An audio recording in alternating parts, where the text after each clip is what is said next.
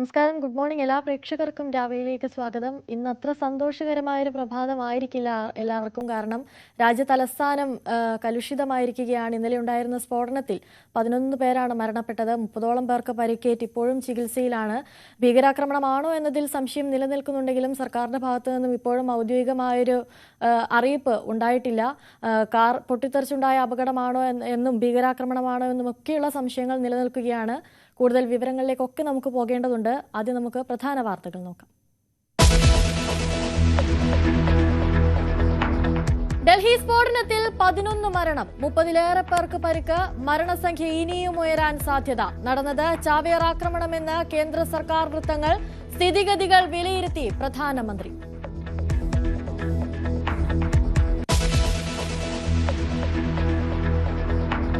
പൊട്ടിത്തെറിച്ച i20 car കേന്ദ്രീകരിച്ച് അന്വേഷണം. കാറിന്റെ ആദ്യ ഉടമ പുൽവാമ സ്വദേശി. കാറിന്റെ ഉടമസ്ഥ രേഖകൾ നിയമവിരുദ്ധമായി മാറ്റിയത് 4 തവണ.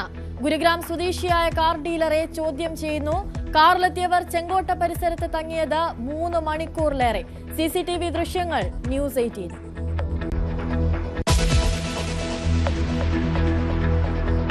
ഡൽഹി സ്ഫോടനത്തിന്റെ പശ്ചാത്തലത്തിൽ രാജ്യത്ത് കനത്ത സുരക്ഷ. UAPA ചുമത്തി കേസെടുത്ത് ദില്ലി പോലീസ്. അമിത്ഷാ വിളിച്ച ഉന്നതതല യോഗം 9:30. ഇന്ത്യയിലുള്ള പൗരന്മാർക്ക് ജാഗ്രതാ നിർദ്ദേശം നൽകി അമേരിക്കയും ബ്രിട്ടനും.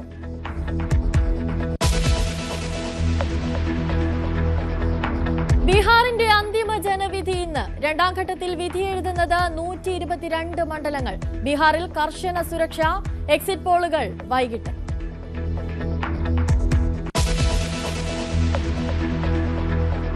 തദ്ദേശ തെരഞ്ഞെടുപ്പ് പ്രഖ്യാപനത്തോടെ ആവേശത്തിൽ മുന്നണികൾ. പ്രചാരണ രംഗത്ത് സജീവമായി സ്ഥാനാർത്ഥികൾ. കൊച്ചിയിലെ കോൺഗ്രസിന്റെ സ്ഥാനാർത്ഥി പ്രഖ്യാപനം ഇന്ന്. CPM പട്ടിക നാളെ.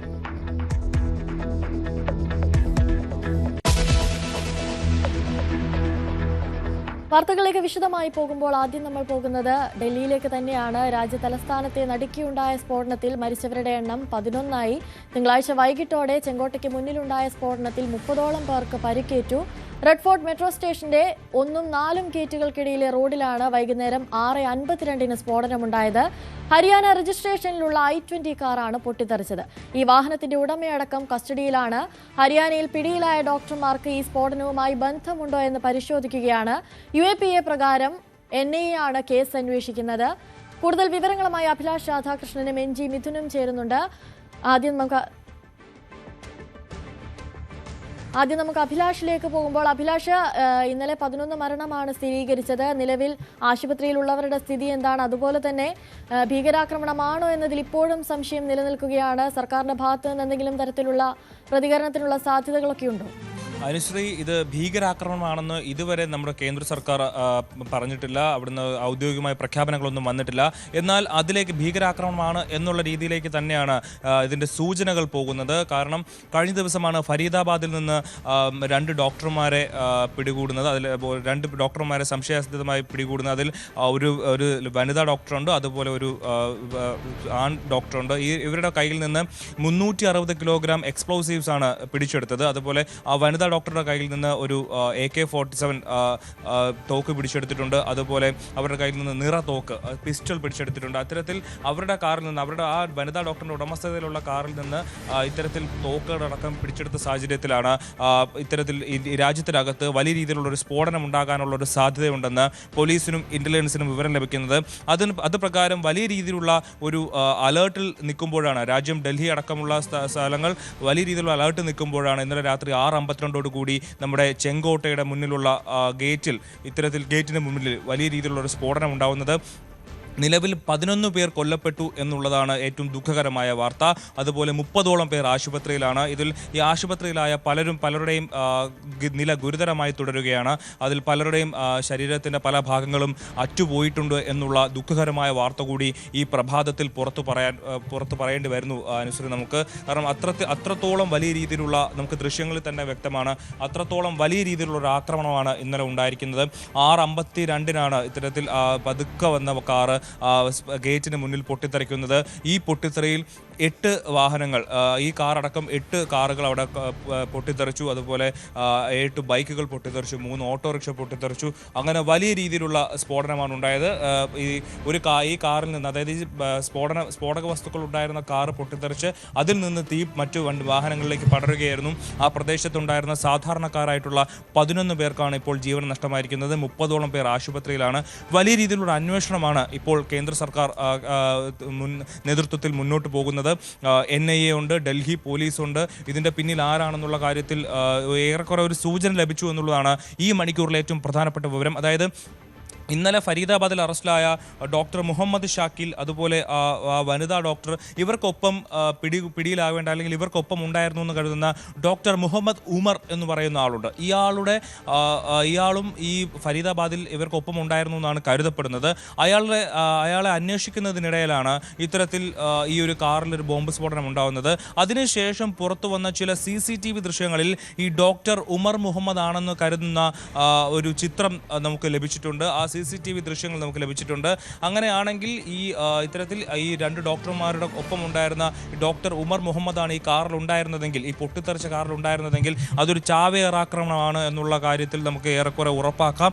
അങ്ങനെയാണെങ്കിൽ ഇത്തരത്തിൽ ഈ ഡോക്ടർ മുഹമ്മദ് ഷാക്കിൽ അടക്കമുള്ള ആളുകളുമായുള്ള അന്വേഷണത്തിൽ ഇതുമായി ബന്ധപ്പെട്ട് ഈ സ്ഫോടനത്തിന് പിന്നിൽ ആരാണെന്നുള്ള കാര്യം കൂടുതൽ വ്യക്തമാകും എന്നുള്ളതാണ് ഈ മണിക്കൂറിലെ നിർണായക വിവരം. അതായത് ഈ ഡോക്ടർമാരുടെ സംഘം പ്ലാൻ ചെയ്ത ഒരു രാജ്യത്ത് നടത്തിയ ഒരു സ്ഫോടനം, ഒരു തീവ്രവാദ അല്ലെങ്കിൽ ഭീകരവാദ സ്ഫോടനമാണ് ഇന്നലെ ഡൽഹിയിൽ ചെങ്കോട്ടയിൽ ഉണ്ടായത് എന്ന് നമുക്ക് അനുമാനിക്കാം. എന്നാൽ നിലവിൽ അത്തരത്തിൽ ഒരു ഔദ്യോഗികമായ പ്രഖ്യാപനങ്ങളും കേന്ദ്ര സർക്കാരിൻ്റെ ഭാഗത്തുനിന്ന് ഉണ്ടാവാത്ത സാഹചര്യത്തിൽ നമുക്ക് അത്തരം പ്രഖ്യാപനങ്ങളിലേക്ക് നമുക്ക് പോകാൻ കഴിയില്ല. എന്നാൽ അതിൻ്റെ സൂചനകളുണ്ട്. കാരണം ഈ കേസ് ഒരു സാധാരണ ഡൽഹിയിൽ CNG കാറുകൾ സാധാരണ പൊട്ടിത്തെറിക്കാറുണ്ട്, അത്തരത്തിൽ ഉള്ള അപകടങ്ങൾ ഉണ്ടാകാറുണ്ട്. എന്നാൽ അപ്പോഴൊക്കെ സാധാരണയായിട്ടുള്ള കേസ് അന്വേഷണം അത് നടത്തി അത് മുന്നോട്ട് വിടുകയാണ് പതിവ്. പക്ഷേ ഇത്തവണ UAPA കേസാണ് രജിസ്റ്റർ ചെയ്തിരിക്കുന്നത്. മാത്രമല്ല NIA ഈ വിഷയത്തിൽ ഇടപെട്ടിട്ടുണ്ട്. NIAയുടെ അന്വേഷണം നടക്കുന്നുണ്ട്. ഇന്നലെ രാത്രി തന്നെ NIA ടീം അവിടെ എത്തി, റെഡ് ഫോർട്ടിലെത്തി ഈ മേഖല മുഴുവൻ അന്വേഷിക്കുകയും ഫോറൻസിക് ആയിട്ടുള്ള തെളിവുകളെല്ലാം ശേഖരിച്ച് കൊണ്ടുപോവുകയും ചെയ്തു. അപ്പോൾ തന്നെ നമുക്ക് ഒരു സൂചന ലഭിച്ചിരുന്നു. അതായത് ഇത്തരത്തിൽ ഇതൊരു സാധാരണ ഒരു വാഹന അപകടമല്ല, ഇത് മറിച്ച് ഇതിന് പിന്നിൽ മറ്റ് ചില ഗൂഢാലോചനകളുണ്ട് എന്നുള്ള കാര്യം നമുക്ക് വെളിവാകുന്നത്. നമുക്കറിയാം ഇന്ന് ഈ IED ആണ് പൊട്ടിത്തെറിച്ചത് എന്നുള്ളതാണ് ഏറ്റവും ആദ്യത്തെ ഇപ്പോൾ ലഭിക്കുന്ന വിവരം. അതായത് ഇംപ്രവൈസ്ഡ് എക്സ്പ്ലോസീവ് ഡിവൈസ്. ഇത് വീട്ടിൽ നിന്ന് തന്നെ ഒരാൾക്ക് ഉണ്ടാക്കാൻ കഴിയുന്ന, അതിൻ്റെ വലുപ്പം നോക്കി അവർക്ക് വീട്ടിൽ നിന്ന് തന്നെ ഉണ്ടാക്കി ഉപയോഗിക്കാവുന്ന സാധനമാണ് ഈ IED എന്ന് പറയുന്നത്. അപ്പോൾ ഇത്തരത്തിൽ IED ഒക്കെ ഉപയോഗിക്കാൻ കഴിയുന്ന അല്ലെങ്കിൽ അതിനുവേണ്ടി ഉണ്ടാക്കുന്ന 360 കിലോ എക്സ്പ്ലോസീവ്സ് ആണ് ഇന്നലെ ഫരീദാബാദിൽ നിന്ന് പോലീസ് അറസ്റ്റ് ചെയ്തത്. അതിൽ 2563 കിലോ അമോണിയം നൈട്രേറ്റ് കണ്ടെടുത്തിരുന്നു. മുഹമ്മദ് ഷാക്കിൽ എന്ന് പറയുന്ന ഡോക്ടർ താമസിച്ചിരുന്ന ഫരീദാബാദിലെ വീട്ടിൽ നിന്ന്. ആ ഫരീദാബാദിലെ വീട്ടിലെ ഉടമസ്ഥനായിട്ടുള്ള പള്ളിയിലെ ഇമാമിനെ അടക്കം പോലീസ് ഇന്നലെ കസ്റ്റഡിയിലെടുത്തിരുന്നു. പിന്നാലെയാണ് ഈ മുഹമ്മദ് ഷാക്കിലുമായി ബന്ധമുണ്ടെന്ന് മനസ്സിലായ വനിതാ ഡോക്ടറിൻ്റെ വാഹനം പരിശോധിക്കുന്നത്. ആ വാഹനത്തിൽ നിന്നാണ് AK-47 അടക്കമുള്ള തോക്കുകളും ഒക്കെ കിട്ടിയത്. അങ്ങനെ ഇവരൊക്കെ ഒപ്പമുണ്ടെന്ന് കരുതപ്പെടുന്ന, ഇവരുമായി ബന്ധമുണ്ടെന്ന് കരുതുന്ന ഡോക്ടർ ഉമർ മുഹമ്മദ് എവിടെയെന്നുള്ളൊരു അന്വേഷണം ഇന്നലെ തന്നെ പോലീസ് നടത്തി വരികയായിരുന്നു. ആ സാഹചര്യത്തിലാണ് ഇന്നലെ വൈകുന്നേരം ഇത്തരത്തിൽ ചെങ്കോട്ടയിൽ ഒരു ബ്ലാസ്റ്റ് ഉണ്ടാകുന്നതും. ആ ബ്ലാസ്റ്റിനെ തുടർന്നുള്ള അന്വേഷണത്തിൽ നോക്കുമ്പോൾ ആ പൊട്ടിത്തെറിച്ച വാഹനവുമായി ബന്ധപ്പെട്ടുള്ള CCTV ദൃശ്യങ്ങൾ പരിശോധിക്കുമ്പോഴാണ് ആ കാർ ഓടിച്ചിരുന്ന ആളാണ് നമ്മൾ പോലീസ് അന്വേഷിച്ചു കൊണ്ടിരുന്ന ഡോക്ടർ ഉമർ മുഹമ്മദ് എന്ന് മനസ്സിലാകുന്നത്.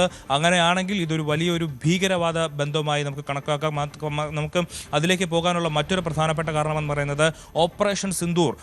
ഇന്ത്യ നടത്തിയ ഓപ്പറേഷൻ സിന്ദൂർ എന്ന് പറയുന്നത് ജെയ്ഷെ മുഹമ്മദ് തീവ്രവാദികൾക്ക് അവർക്ക് വലിയ തിരിച്ചടിയായിരുന്നു നൽകിയത്. ബഹാവൽപൂരിലെ അവരുടെ കേന്ദ്രങ്ങൾ മുഴുവൻ ഇന്ത്യൻ സേന തകർത്തിരുന്നു. അഭിലാഷ്, അതുപോലെ തന്നെ ഈ ലഷ്കർ കമാൻഡറായ സൈഫുള്ള സെയ്ഫിന്റെ ഭാഗത്ത് നിന്നുണ്ടായ പ്രകോപനപരമായ ഒരു വീഡിയോ അതിപ്പോൾ വലിയ രീതിയിൽ ചർച്ചയാവുകയാണ്. അതും കൂടുതൽ ഗൗരവമായി എടുക്കേണ്ട ഒന്നാണ്. അയാൾ അതിൽ പറയുന്നത് ലഷ്കർ തലവൻ ഹാഫിസ് സെയ്ദ് അലസനായിരിക്കുകയില്ലെന്നും ബംഗ്ലാദേശിലൂടെ ഇന്ത്യയെ ആക്രമിക്കാൻ ഹാഫിസ് സെയ്ദ് ആസൂത്രണം നടത്തിക്കൊണ്ടിരിക്കുകയാണെന്നുമൊക്കെയാണ് വീഡിയോയിൽ പറയുന്ന കാര്യം.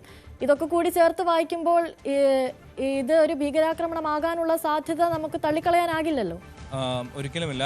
അതിലേക്ക് തന്നെയാണ് അനുശ്രീ അന്വേഷണം പോകുന്നത്. കാരണം ഈ ഹാഫിസ് സയ്യിദ് എന്ന് പറയുന്നിട്ടുള്ള ലഷ്കർ ഇ തയ്യബയുടെ സ്ഥാപകനായിട്ടുള്ള ലോകം ഭീകരവാദ പട്ടികയിൽ ഉൾപ്പെടുത്തിയ ഭീകരവാദിയായി പ്രഖ്യാപിച്ച ഹാഫിസ് സയ്യിദ് എന്ന് പറയുന്ന ഭീകരൻ, ആ ഭീകരൻ ബംഗ്ലാദേശിൽ ഇരുന്നു കൊണ്ട് ഇന്ത്യക്കെതിരെ, ഇന്ത്യയിൽ പുതിയ ഭീകരാക്രമണങ്ങൾ നടത്താൻ, ഇന്ത്യയിൽ വലിയ ഭീകരാക്രമണങ്ങൾ നടത്താൻ പദ്ധതിയിടുന്നുവെന്ന് ഈ ലഷ്കർ ഇ തയ്യബയുടെ കമാൻഡറായിട്ടുള്ള സൈഫുള്ള സൈഫ് ഇക്കഴിഞ്ഞ 30-ാം തീയതിയാണ് ഒരു വീഡിയോ സന്ദേശത്തിലൂടെ പങ്കുവച്ചത്. അതിനുശേഷം തന്നെ ഇന്ത്യയിൽ വലിയ രീതിയിലുള്ള അലേർട്ട് പ്രഖ്യാപിച്ചിരുന്നു. ഇപ്പോൾ ബംഗ്ലാദേശിൽ നിന്നുകൊണ്ട് അദ്ദേഹം ഈ ഭീകരൻ ഹാഫിസ് സയ്യിദ് എന്ന് പറയുന്ന ഭീകരൻ ഇന്ത്യയിൽ പലയിടങ്ങളിലും, ഡൽഹി അടക്കമുള്ള പലയിടങ്ങളിലും ഭീകരവാദ പ്രവർത്തനങ്ങൾ നടത്താൻ പദ്ധതിയിടുന്നു. ഇന്ത്യ അങ്ങനെ സന്തോഷമായി പോകുന്നത്, അങ്ങനെ മുന്നോട്ട് പോകാമെന്ന് കരുതണ്ട എന്നുള്ള രീതിയിൽ വലിയതുള്ള ഒരു ഭീഷണി തന്നെ, ഒരു മുന്നറിയിപ്പ് തന്നെ നൽകിയിരുന്നു. അതിന് പിന്നാലെ രാജ്യത്തെ ഇൻഫ്ലുവൻസ് ഏജൻസികളെല്ലാം അതീവ സുരക്ഷയോടെ നോക്കിയിരിക്കുകയായിരുന്നു. അതുമായി ബന്ധപ്പെട്ട് തന്നെയാണ് പലരുടെയും സംശയം തോന്നിയ പലരുടെയും അടുത്ത് പോലീസിന്റെ അന്വേഷണം എത്തുന്നതും ഡോക്ടർ മുഹമ്മദ് ഷാക്കിൽ അടക്കമുള്ള ആളുകളിലേക്ക് അന്വേഷണം എത്തിയതും. പക്ഷേ അവിടെ നിന്ന് ഡോക്ടർ ഉമർ മുഹമ്മദ് എന്ന് പറയുന്ന ആൾ രക്ഷപ്പെട്ടിട്ടുണ്ടോ, അയാളാണോ ഇതിൻ്റെ പിന്നിൽ എന്നുള്ളതാണ്. കാരണം പോലീസ് ഏകദേശം അടുത്തെത്തുന്ന സാഹചര്യത്തിലാണ് ഇത്തരത്തിലൊരു അപകടം, ഇത്തരത്തിലൊരു ആക്രമണം ഉണ്ടാകുന്നതെന്ന് വേണം നമുക്ക് കരുതാൻ. എന്നാൽ വീണ്ടും പറയുന്നു, കേന്ദ്ര സർക്കാർ, നമ്മുടെ ഔദ്യോഗിക സംവിധാനങ്ങളൊന്നും ഇതൊരു ഭീകരാക്രമണമായി ഇതുവരെ പ്രഖ്യാപിച്ചിട്ടില്ല. എന്നാൽ UAPA ചുമത്തിയാണ് കേസെടുത്തിരിക്കുന്നത്. ഡൽഹി പോലീസും NIA അന്വേഷിക്കുന്നുണ്ട്. അതുമായി ബന്ധപ്പെട്ട് രാജ്യത്തിനകത്തും പുറത്തുമുള്ള ഭീകര സംഘടനകളുടെ ബന്ധം, ഇതിലെന്തെങ്കിലും ബന്ധമുണ്ടോ എന്നുള്ള കാര്യം അന്വേഷിച്ചു വരികയാണ്. ഈ I-20 കാർ, അതായത് ഈ പൊട്ടിത്തെറിച്ച I-20 കാർ പുൽവാമ സ്വദേശിയുടേതാണ്. പുൽവാമ സ്വദേശിയായിട്ടുള്ള മുഹമ്മദ് സൽമാനാണ് ഈ കാർ ആദ്യമായി വാങ്ങുന്നത്. അതിനുശേഷം 4 പേരുടെ കൈമറിഞ്ഞു. HR26CE 7674 എന്ന് പറയുന്ന ഈ വാഹനം ഇന്നലെ ചെങ്കോട്ടയ്ക്ക് സമീപം 3 മണിക്കൂറാണ് നിർത്തിയിട്ടിരുന്നത്. അതിനുശേഷം 6:50 ഈ വാഹനം മെല്ലെ മൂവ് ചെയ്യുന്നു. അങ്ങനെ ഒരു സിഗ്നൽ നിൽക്കുന്ന സമയത്ത് ആ വാഹനം പൊട്ടിത്തെറിക്കുന്നു. അങ്ങനെയാണ് ഇതിൻ്റെ ഒരു നമുക്ക് ലഭിക്കുന്ന വിവരം. അങ്ങനെയാണെങ്കിൽ ഈ മുഹമ്മദ് സൽമാൻ അടക്കമുള്ള ആൾക്കാർ, ജമ്മു സ്വദേശികളടക്കമുള്ള ആളുകൾ ഈ ഒരു സ്ഫോടനത്തിന് പിന്നിലുണ്ടോ, അവരുടെ പങ്ക് എന്താണ് എന്നുള്ള കാര്യങ്ങളൊക്കെ അന്വേഷണത്തിൽ വ്യക്തമാകും. നമുക്ക് ലഭിക്കുന്ന ഏറ്റവും പുതിയ വിവരപ്രകാരം കാശ്മീരിൽ ഇതുമായി ബന്ധപ്പെട്ട്, ഈ സ്ഫോടനവുമായി ബന്ധപ്പെട്ട് ഒരാൾ പോലീസിൻ്റെ കസ്റ്റഡിയിലുണ്ട് എന്നുള്ളതാണ് ഈ മണിക്കൂറിലെ ഏറ്റവും പ്രധാനപ്പെട്ട മറ്റൊരു വിവരം. അതായത് ഇതൊരു സാധാരണ ബോംബ് ബ്ലാസ്റ്റ് അല്ല, പകരം പല കണ്ണികൾ ഇതിൻ്റെ പിന്നിലുണ്ട് എന്ന് തന്നെയാണ് ഇപ്പോഴത്തെ പുറത്തു വരുന്ന വിവരങ്ങളിൽ നമുക്ക് മനസ്സിലാകുന്നത്.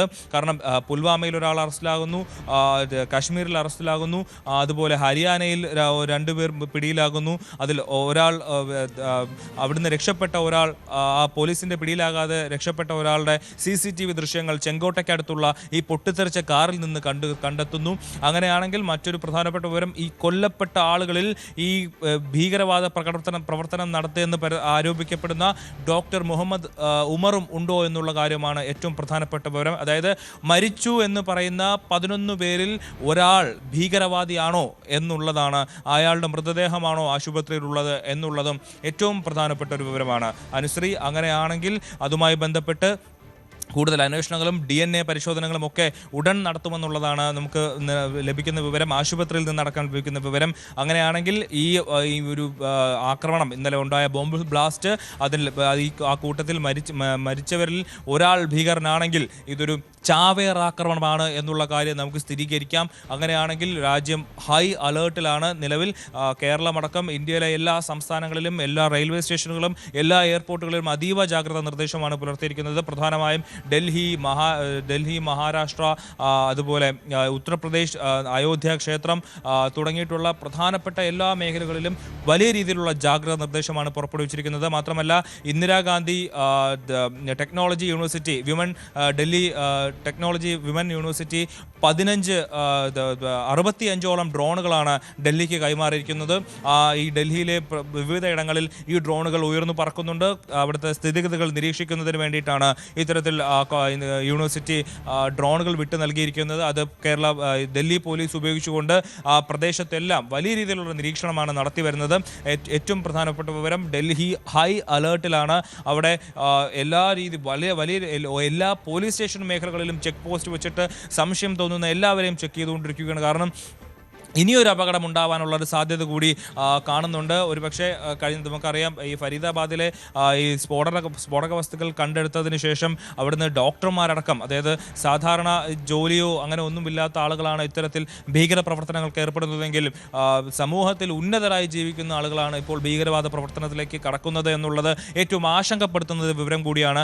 ഡോക്ടർ മുഹമ്മദ് ഷാക്കിൽ അടക്കം, ഡോക്ടർ ഉമർ മുഹമ്മദ് അടക്കം ഈ ഒരു ഭീകരാക്രമണത്തിൽ പങ്കാളികളാണോ എന്നുള്ള കാര്യം അന്വേഷിക്കണം. മാത്രമല്ല ഒരു വനിതാ ഡോക്ടർ കൂടി പിടിയിലായി എന്നുള്ളതാണ് ഏറ്റവും ആശങ്കപ്പെടുത്തുന്ന മറ്റൊരു കാര്യം. കാരണം നമുക്കറിയാം, നമ്മൾ വളരെ ഡോക്ടർമാരെ ഒരു ബഹുമാനിക്കുന്ന ഒരു സമൂഹമാണ് നമ്മൾ. അപ്പോൾ അത്തരത്തിൽ അവരുടെ ഭാഗത്തു നിന്നൊക്കെ ഇത്തരത്തിലൊരു ഭീകരവാദ പ്രവർത്തനമൊക്കെ ഉണ്ടാകുന്നു എന്നുള്ളത് ഒരുപക്ഷെ വിശ്വസിക്കാനാവാത്തൊരു കാര്യം തന്നെയാണ്. അതിൽ ഒരു വനിത കൂടി ഉൾപ്പെടുന്നു എന്നുള്ളതാണ് മറ്റൊരു പ്രധാനപ്പെട്ട കാര്യം. അവരുടെ പക്കൽ നിന്ന് AK-47 അടക്കമുള്ള തോക്കുകൾ കണ്ടുപിടിച്ചിരിക്കുന്നു എന്നുള്ളത്, കണ്ടെത്തിയിരിക്കുന്നു എന്നുള്ളത് ഏറ്റവും നിർണായകമായ ആശങ്കപ്പെടുത്തുന്ന വിവരം തന്നെയാണ്.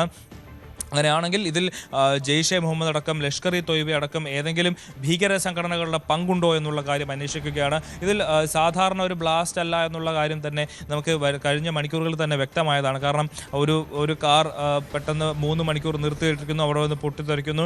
ആ കാർ ഓടിച്ചിരുന്നു എന്ന് പറയുന്ന ആളുടെ സുഹൃത്തുക്കളെ ഹരിയാനയിൽ നിന്ന് പോലീസ് മണിക്കൂറുകൾക്ക് മുമ്പ് അറസ്റ്റ് ചെയ്യുന്നു. അങ്ങനെയൊക്കെ നമുക്ക് നോക്കുമ്പോൾ നമുക്ക് മനസ്സിലാകും ഇതൊരു സാധാരണ ഒരു CNG കാർ ബ്ലാസ്റ്റ് അല്ല എന്നുള്ള കാര്യം വ്യക്തമാകും. കാരണം മാത്രമല്ല അതൊരു പെട്രോൾ കാറാണ്, CNG കാറല്ല എന്നുള്ളത് ഉറപ്പാണ്.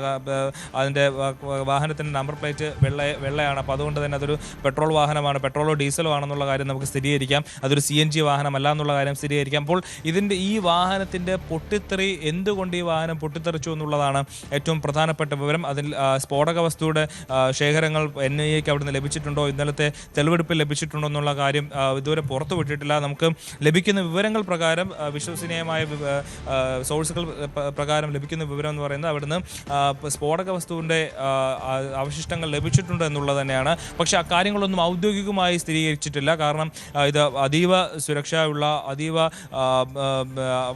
ജാഗ്രതയോടെ കൈകാര്യം ചെയ്യേണ്ട ഒരു കാര്യമാണ്. അതുകൊണ്ട് തന്നെ രാജ്യത്തിൻ്റെ സുരക്ഷയുമായി ബന്ധപ്പെട്ട കാര്യമാണ്. അതുകൊണ്ട് അതീവ ജാഗ്രത പുലർത്തുന്ന കാര്യമായതുകൊണ്ട് തന്നെ വലിയ രീതിയിലുള്ള ഒരു വിവരങ്ങളും പുറത്തുവിടാറില്ല. ഹൈലി ക്ലാസിഫൈഡ് ആയിട്ടുള്ള രേഖകളാണ് ഇതുമായി ബന്ധപ്പെട്ടുള്ളത്. അത് ഒരു തരത്തിലും പുറത്തുവിടാൻ നമ്മുടെ സുരക്ഷാ ഏജൻസികൾക്ക് കഴിയില്ല. എന്തായാലും ആഭ്യന്തരമന്ത്രി ഇന്നലെ രാത്രി തന്നെ ആ പ്രദേശത്ത് സ്ഫോടനമുണ്ടായ സ്ഥലത്തെത്തി സ്ഥിതിഗതികൾ വിലയിരുത്തിയിട്ടുണ്ട്. അതുപോലെ ആഭ്യന്തര മന്ത്രാലയത്തിൽ വെച്ച് ഇന്ന് വലിയ രീതിയിലുള്ള ഒരു സുരക്ഷാ മീറ്റിംഗ് ഉണ്ട്. അതുമായി ബന്ധപ്പെട്ട് ഇതിൽ എന്തെങ്കിലും പാകിസ്ഥാൻ ബേസ്ഡ് ആയിട്ടോ ബംഗ്ലാദേശ് ബേസ്ഡ് ആയിട്ടോ ഏതെങ്കിലും തരത്തിലുള്ള ഭീകരവാദ പ്രവർത്തനങ്ങൾ ഉണ്ടായിട്ടുണ്ടെങ്കിൽ ആ ഭാഗത്തു നിന്നാണ് ആക്രമണം ലക്ഷ്യമിട്ടതെങ്കിൽ, അതിന് പിന്നിലുണ്ടെങ്കിൽ ഒരുപക്ഷെ ഓപ്പറേഷൻ സിന്ദൂർ പോലെ മറ്റെന്തെങ്കിലും ഒരു ഓപ്പറേഷൻ ഇന്ത്യൻ സൈന്യത്തിൻ്റെ ഭാഗത്തു നിന്നുണ്ടാകുമോ എന്നുള്ള കാര്യവും രാജ്യം വീക്ഷിച്ചുകൊണ്ടിരിക്കുകയാണ്. കാരണം പഹൽഗാമിലുണ്ടായ ആക്രമണത്തിന് പിന്നാലെയാണ് ഇന്ത്യ പാകിസ്ഥാനിൽ പോയി ജെയ്ഷെ മുഹമ്മദ് എന്ന് പറയുന്ന ഭീകര സംഘടനയുടെ നേതാക്കളെ അടക്കം വധിച്ചുകൊണ്ട് തിരിച്ചെത്തിയത്. അതിന് പിന്നാലെയാണ് ഇപ്പോൾ അതിൻ്റെ ഒരു തിരിച്ചടി എന്നോണമെന്നാണ് ഇപ്പോൾ ഡൽഹിയിൽ ഇപ്പോൾ ഇത്തരത്തിലൊരു ഭീകര പ്രവർത്തനം ഉണ്ടായതെങ്കിൽ അതിനൊരു മറുപടി എന്നോണം ഇന്ത്യയുടെ ഭാഗത്തു നിന്നൊരു ആക്രമണം, ഇന്ത്യയുടെ ഭാഗത്ത് നിന്നൊരു സൈനിക നീക്കം ഉണ്ടാകുമോ എന്നുള്ള കാര്യവും ആകാംക്ഷയോടെ ഭാരതീയർ കാത്തിരിക്കുകയാണ്. കാരണം ഓപ്പറേഷൻ സിന്ദൂർ അവസാനിച്ചിട്ടില്ല എന്ന് കഴിഞ്ഞ ദിവസം തന്നെ ന്യൂസ് 18നോട് നൽകിയ അഭിമുഖത്തിൽ രാജ്നാഥ് സിംഗ്, പ്രതിരോധ മന്ത്രി രാജ്നാഥ് സിംഗ് പറഞ്ഞിരുന്നു. അതുമായി ബന്ധപ്പെട്ട് ഏതെങ്കിലും തരത്തിൽ ഇന്ത്യക്കെതിരെ നീക്കം നടത്തുകയാണെങ്കിൽ ഓപ്പറേഷൻ സിന്ദൂർ പുനരാരംഭിക്കുമെന്നുള്ള കാര്യം അദ്ദേഹം പറഞ്ഞിരുന്നതാണ്. അങ്ങനെയെങ്കിൽ ഇതുമായി ബന്ധപ്പെട്ട് കൂടുതൽ ഇന്ത്യയുടെ സൈനിക നീക്കങ്ങൾ എന്തെങ്കിലും ഉണ്ടാകുമോ എന്നുള്ള കാര്യവും നമുക്ക് നിരീക്ഷിക്കേണ്ടതുണ്ട്.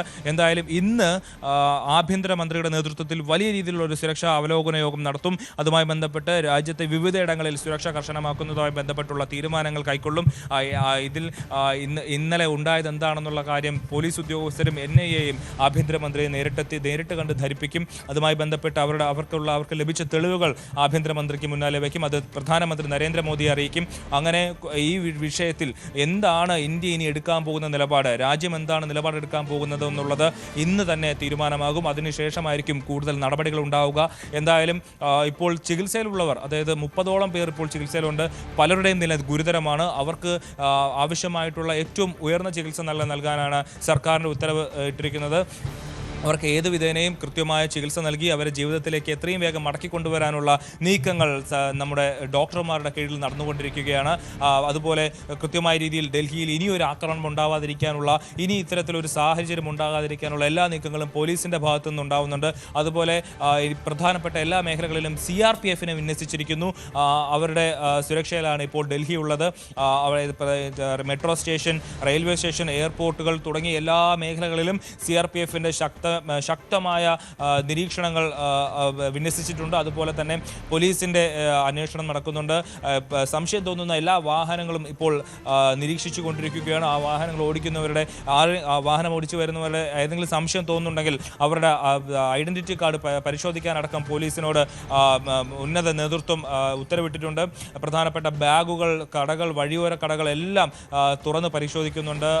എല്ലാ ബോംബ് ഡിറ്റക്ഷൻ ഉപകരണങ്ങൾ വെച്ചിട്ട് ഇപ്പോൾ വഴിയരികിലിരിക്കുന്ന ഭിക്ഷക്കാരെ അടക്കം പരിശോധിക്കുന്ന രീതിയിലേക്ക് കാര്യം പോയിരിക്കുന്നു. കാരണം ഏത് തരത്തിലാണ് ഇത്തരത്തിലൊരു ആക്രമണം ഉണ്ടാകുക എന്നുള്ളത് നമുക്ക് പറയാൻ കഴിയില്ല. അതുകൊണ്ട് ഒരു സൂചി പോലും കടക്കാത്ത രീതിയിലുള്ള പഴുതടച്ചുള്ള അന്വേഷണമാണ് പോലീസിൻ്റെ ഭാഗത്തു നിന്നുണ്ടാകുന്നത് രാജ്യത്തുടനീളം എന്നുള്ളതാണ്. ഡൽഹിയിൽ മാത്രമല്ല, കേരളത്തിലെ തമ്പാനൂർ റെയിൽവേ സ്റ്റേഷനിലടക്കം ഇന്നലെ വലിയ രീതിയിലുള്ള സുരക്ഷാ സംവിധാനങ്ങളും സുരക്ഷാ സെർച്ചുകളും ഉണ്ടായിരുന്നു എന്നുള്ളതാണ് നമുക്ക് ലഭിക്കുന്ന വിവരം. അതുപോലെ ഇന്നലെ ഡൽഹിയിലുണ്ടായ ഒരു ആക്രമണത്തിന് പിന്നാലെ വിവിധ രാജ്യങ്ങൾ, അമേരിക്ക അടക്കം ആശങ്ക പ്രകടിപ്പിച്ച് രംഗത്തെത്തി. ഏതൊരു സാഹചര്യത്തിലും ഇന്ത്യക്കൊപ്പം എന്നുള്ളതാണ് അമേരിക്കയുടെ പ്രസ്താവനയായിട്ട് വന്നിരിക്കുന്നത്. അതുപോലെ ഇറാൻ തുടങ്ങി മറ്റ് ഓസ്ട്രേലിയ, ബ്രിട്ടൻ തുടങ്ങിയിട്ടുള്ള എല്ലാ രാജ്യങ്ങളും ഇന്നലെ ഇന്ത്യയിലുണ്ടായ ഈ ഒരു ദാരുണമായ സംഭവത്തെ അപലപിച്ച് രംഗത്തെത്തിയിട്ടുണ്ട്. മാത്രമല്ല കേരള മുഖ്യമന്ത്രി പിണറായി വിജയൻ അടക്കം സംസ്ഥാനത്തെ എല്ലാ മുഖ്യമന്ത്രിമാരും ഡൽഹിയിലെ ഈ ഒരു ദാരുണമായ സംഭവത്തിൽ അനുശോചനം രേഖപ്പെടുത്തി അപലപിച്ചു. ഹീനമായ ആക്രമണം എന്ന് പ്രസ്താവിച്ചുകൊണ്ട് രംഗത്തെത്തിയിരുന്നു.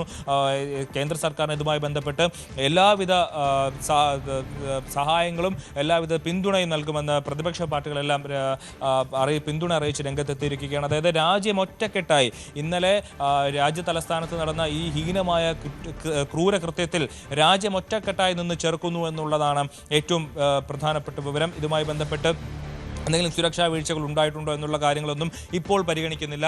അതൊക്കെ ഇത് എന്താണ് നടന്നതെന്നുള്ള കാര്യങ്ങളൊക്കെ അന്വേഷിച്ച് കണ്ടെത്തിയതിന് ശേഷം മാത്രമേ അത്തരത്തിൽ സുരക്ഷാ വീഴ്ചയെക്കുറിച്ചൊക്കെയുള്ള കാര്യങ്ങളിലേക്ക് പോകുന്നുള്ളൂ. എന്നാൽ ഇപ്പോൾ രാജ്യത്ത് ഇത്തരത്തിലൊരു വലിയ അപകടമുണ്ടായിരിക്കുന്നു, ഒരു ദാരുണമായ സംഭവം ഉണ്ടായിരിക്കുന്നു, ഒരു സ്ഫോടനം ഉണ്ടായിരിക്കുന്നു. ആ സ്ഫോടനത്തിൽ നിരവധി പേർ കൊല്ലപ്പെട്ടു, ഒരുപാട് പേർക്ക് പരിക്കേറ്റു. ഈ ഒരു സാഹചര്യത്തിൽ അതിനുമായി ബന്ധപ്പെട്ട് ഇതിൻ്റെ പിന്നിൽ ആരാണ്, അവരെ കണ്ടെത്താനുള്ള അതിശക്തമായ ശ്രമമാണ് ഇപ്പോൾ രാജ്യത്ത് നടന്നുകൊണ്ടിരിക്കുന്നത്. പോലീസും NIA-യും CRPF-ഉം CISF-ഉം അങ്ങനെ എല്ലാ രീതിയിലും രാജ്യത്തെ CBI അടക്കം അന്വേഷണം നടത്തുന്നുണ്ടെന്നുള്ളതാണ് സൂചനകൾ ലഭിക്കുന്നത്. അങ്ങനെ എല്ലാ രീതിയിലും എല്ലാ മേഖലയിൽ നിന്നുള്ള സംവിധാനങ്ങളും ഒറ്റക്കെട്ടായി പ്രവർത്തിച്ചു കൊണ്ടിരിക്കുകയാണ്. നേരത്തെ പറഞ്ഞതുപോലെ തന്നെ ഏറ്റവും പ്രധാനമായി രാജ്യത്തെ ജനങ്ങൾ നോക്കിക്കാണുന്നത് ഇത്തരത്തിൽ ഇത് ഏതെങ്കിലും ഒരു ഭീകരവാദ സംഘടനകൾ, രാജ്യത്തിന് പുറത്തുള്ള ഏതെങ്കിലും ഭീകരവാദ സംഘടനയ്ക്ക് ഈ ഒരു ആക്രമണത്തിൽ പങ്കുണ്ടെങ്കിൽ ഇന്ത്യൻ സേനയുടെ ഒരു തിരിച്ചടി എങ്ങനെയായിരിക്കും എന്നുള്ള കാര്യം നോക്കിയിരിക്കുകയാണ്. കാരണം നമുക്ക് നമ്മുടെ തൊട്ട് മുന്നിൽ മാസങ്ങൾക്ക് മുമ്പാണ് പഹൽഗാമിലെ ഒരു ആക്രമണം ഉണ്ടാവുന്നത്. അതിന് പിന്നാലെയാണ് ഇന്ത്യ ഓപ്പറേഷൻ സിന്ദൂർ എന്നുള്ള പേരിൽ ശക്തമായ തിരിച്ചടി. അഭിലാഷിലേക്ക് തിരികെ വരാം. ഇപ്പോഴും ഭീകരാക്രമണമാണോ എന്നതിൽ സംശയങ്ങൾ നിലനിൽക്കുകയാണ്. അതിലൊക്കെ ആധികാരികമായ ഒരു വിശദീകരണം നമുക്ക് ലഭിക്കേണ്ടതുണ്ട്. ഡൽഹിയിലെ ഈ സ്ഫോടനത്തിൽ നടുങ്ങി നിൽക്കുകയാണ് രാജ്യം. ആ ഒരു പശ്ചാത്തലത്തിൽ തന്നെ ഇതിനു മുൻപും രാജ്യത്തുണ്ടായിട്ടുള്ള പ്രധാനപ്പെട്ട സ്ഫോടനങ്ങളെ പറ്റി കിരൺ ബാബു തയ്യാറാക്കിയ റിപ്പോർട്ട് നമുക്കൊന്ന് കാണാം. കഴിഞ്ഞ 3 പതിറ്റാണ്ട് കാലത്ത് ഡൽഹിയെ നടുക്കിയ നിരവധി സ്ഫോടനങ്ങൾ ഉണ്ടായിട്ടുണ്ട്. അതിൽ ഏറ്റവും ഇന്ത്യയെ സംബന്ധിച്ച് നാണക്കേടുണ്ടാക്കിയ സ്ഫോടനം ഈ പാർലമെൻറ്റ് ആക്രമണമായിരുന്നു. പക്ഷേ അതിലും കൂടുതൽ പേരുടെ മരണമൊക്കെ ഉണ്ടാക്കിയ മറ്റ് സ്ഫോടനങ്ങളുമൊക്കെ ഉണ്ടായിട്ടുണ്ട്. 1996 മെയ് 21 ലജ്പത് നഗറിൽ നടന്ന സ്ഫോടനമാണ് ഈ 3 പതിറ്റാണ്ട് കാലത്ത് നടന്നതിൽ ആദ്യ സ്ഫോടനം എന്ന് പറയാം. 13 പേരാണ് അന്ന് മരിച്ചത്, 39 പേർക്കാണ് പരിക്കേറ്റത്. ജമ്മു കാശ്മീർ ലിബറേഷൻ ഫ്രണ്ട് ആയിരുന്നു അന്ന് ഈ സ്ഫോടനത്തിന് പിന്നിൽ പ്രവർത്തിച്ച സംഘടന. പിന്നീട് 2000 ഡിസംബർ 22 അപ്പോഴാണ് ഇതിനു മുമ്പ് റെഡ് ഫോർട്ടിന് നേരെ ഇത്തരത്തിൽ ഒരു ആക്രമണം നടന്നത്. റെഡ് ഫോർട്ടിലാണ് ഇത്തരം ഒരു സ്ഫോടനം ഉണ്ടായത്. ഈ 2000-ൽ നടന്ന ഈ സ്ഫോടനത്തിന് ശേഷം റെഡ് ഫോർട്ടിൽ ഒരു സ്ഫോടനം ഉണ്ടായി, അല്ലെങ്കിൽ റെഡ് ഫോർട്ടിന് സമീപം ഇങ്ങനെ ഒരു സ്ഫോടനം ഉണ്ടാകുന്നത് ഇപ്പോഴാണ്. ഈ 2025-ലാണ്, 25 വർഷങ്ങൾ, കാൽ നൂറ്റാണ്ടിന് ശേഷമാണ്. അന്ന് 2000-ൽ നടന്ന ഈ സ്ഫോടനത്തിൽ 3 പേർ മരണമടഞ്ഞു, 14 പേർക്ക് പരിക്കേറ്റു. അത് ലഷ്കർ എ തൊയ്ബയായിരുന്നു ഈ സ്ഫോടനത്തിന് പിന്നിൽ. അന്നത്തെ കാലത്ത് ഇന്ത്യയിൽ നടന്ന പ്രധാനപ്പെട്ട സ്ഫോടനങ്ങളെയൊക്കെ പിന്നിൽ പാകിസ്ഥാൻ കേന്ദ്രമാക്കി പ്രവർത്തിക്കുന്ന, ലോകത്തിന് തന്നെ ഭീഷണിയായ ലഷ്കർ ഇ തൊയ്ബ എന്ന് പറയുന്ന ഭീകര സംഘടന തന്നെയായിരുന്നു. അവർ ആദ്യം സ്ഫോടനം നടത്തിയത് മാർക്കറ്റുകളിലാണെങ്കിൽ പിന്നീട് റെഡ് ഫോർട്ട് എന്ന് പറയുന്ന ഇന്ത്യയുടെ ഒരു അധികാര ചിഹ്നത്തിനു നേരെയായി. പിന്നീടാണ് ഇന്ത്യക്ക് ചരിത്രത്തിൽ തന്നെ ഏറ്റവും വലിയ നാണക്കേടായ 2001-ലെ ഈ 2 സ്ഫോടനങ്ങൾ നടക്കുമ്പോൾ 96-ലെ ഈ സ്ഫോടനം നടക്കുന്ന സമയത്ത് വാജ്പേയി സർക്കാരിൻ്റെ 16 ദിവസത്തെ ഭരണത്തിനിടയിലാണ്. റെഡ് ഫോർട്ട് ആക്രമണം നടക്കുന്ന സമയത്തും NDA ഭരണമാണ്. 2000-ൽ റെഡ് ഫോർട്ടിൻ്റെ അന്ന് വാജ്പേയി തന്നെയാണ് പ്രധാനമന്ത്രിയായിരിക്കുന്നത്. പിന്നീട് 2001-ൽ ഡിസംബർ 13-ന് ഈ പാർലമെൻറ്റ് ആക്രമണം നടക്കുമ്പോഴും NDAയുടെ ഭരണമാണ്, വാജ്പേയിയാണ് പ്രധാനമന്ത്രിയായിരിക്കുന്നത്. അന്ന് 7 പേരാണ് മരിച്ചത്, പരിക്കേറ്റത് 18 പേർക്കാണ്. മരണസംഖ്യയോ അല്ലെങ്കിൽ പരിക്കേറ്റവരുടെ സംഖ്യയോ അല്ല ആ സ്ഫോടനത്തെ പ്രധാനപ്പെട്ടതാക്കുന്നത്. ആ സ്ഫോടനം ഇന്ത്യയുടെ ഏറ്റവും സുരക്ഷിതമായ മേഖല, ഇന്ത്യ എന്ന് പറഞ്ഞാൽ ഏത് രാജ്യത്തെ സംബന്ധിച്ചും അവരുടെ പാർലമെൻറ്റാണ് ഏറ്റവും വലിയ അധികാരത്തിൻ്റെ കേന്ദ്രം. ആ അധികാരത്തിൻ്റെ കേന്ദ്രത്തിന് നേരെ ആക്രമണം നടത്തിയെന്നുള്ളതാണ്. ജെയ്ഷെ മുഹമ്മദും ലഷ്കർ ഇ തൊയ്ബെ സംഘടനകൾ ചേർന്നായിരുന്നു ഈ സ്ഫോടനം ആസൂത്രണം ചെയ്തത് എന്നാണ് കണ്ടെത്തിയത്. എന്തായാലും അത് ഇന്ത്യയെ സംബന്ധിച്ച് കനത്ത ഒരു നാണക്കേട് കൂടിയായിരുന്നു. അതോടുകൂടിയാണ് ഇന്ത്യൻ സുരക്ഷാ സംവിധാനങ്ങൾ കൂടുതൽ ശക്തമാക്കിയതും സുരക്ഷാ ഏജൻസികൾ പരിശോധനയും അത്തരത്തിലേക്കുള്ള സംവിധാനങ്ങളും എല്ലാം കൂടുതൽ ശക്തമാക്കി അത്തരത്തിലെ ഒരു ആക്രമണം നടത്തരുത് എന്നുള്ള മുൻകരുതലുകൾ ഏറ്റവും കൂടുതൽ ശക്തമാക്കിയത്. ഏത് ഭീകര സംഘടനയുടെയും പ്രവർത്തനം പരിശോധിച്ചാൽ മനസ്സിലാവും, അവർ ആദ്യഘട്ടത്തിലൊക്കെ ആൾക്കൂട്ടത്തിനിടയിലാണ് സ്ഫോടനങ്ങൾ നടത്തുന്നത്. ആൾക്കൂട്ടത്തിനിടയിലാകുമ്പോൾ താരതമ്യേന ഇൻ്റലിജൻസ് കുറച്ച് മതി എന്നുള്ളതാണ് അതിൻ്റെ പ്രത്യേകത. ചാവേറുകളാകാൻ തയ്യാറുള്ള കുറച്ച് ആളുകളുണ്ടെങ്കിൽ അവർക്ക് ആൾക്കൂട്ടത്തിനിടയിലേക്ക് സ്ഫോടക വസ്തുക്കൾ കൊണ്ടുവരിക, പൊട്ടിത്തെറിക്കുക. അപ്പോൾ സ്വാഭാവികമായും അവർ മരിച്ചാലും കൂടുതൽ ആളുകൾ അതിൽ മരണമടയും, കൂടുതൽ പേർക്ക് പരിക്കേൽക്കും. അപ്പോൾ അതിൻ്റെ സ്ഫോടനത്തിൻ്റെ ശക്തി വർദ്ധിക്കും. ഇതേ സ്ഫോടനം തന്നെ ഒരു ആളൊഴിച്ച സ്ഥലത്താണ് നടക്കുന്നതെങ്കിൽ ചിലപ്പോൾ ഒരാൾ ആയിരിക്കും മരണമടയുന്നത്, അല്ലെങ്കിൽ 1-2 പേർക്കായിരിക്കും പരിക്കേൽക്കുന്നത്. ഇത് അടുത്തടുത്ത് നിരവധി ആളുകൾ നിൽക്കുന്ന ചന്തകളിലൊക്കെ കൊണ്ടുവെക്കുമ്പോൾ ചെറിയ സ്ഫോടനം കൊണ്ടുപോലും കൂടുതൽ പേർക്ക് മരണമുണ്ടാകാനുള്ള സാധ്യതയുണ്ട്. അതുകൊണ്ടാണ് ഇവർ ഇപ്പോഴുമൊക്കെ ഇത്തരം അത് തിരഞ്ഞെടുക്കുന്നത്.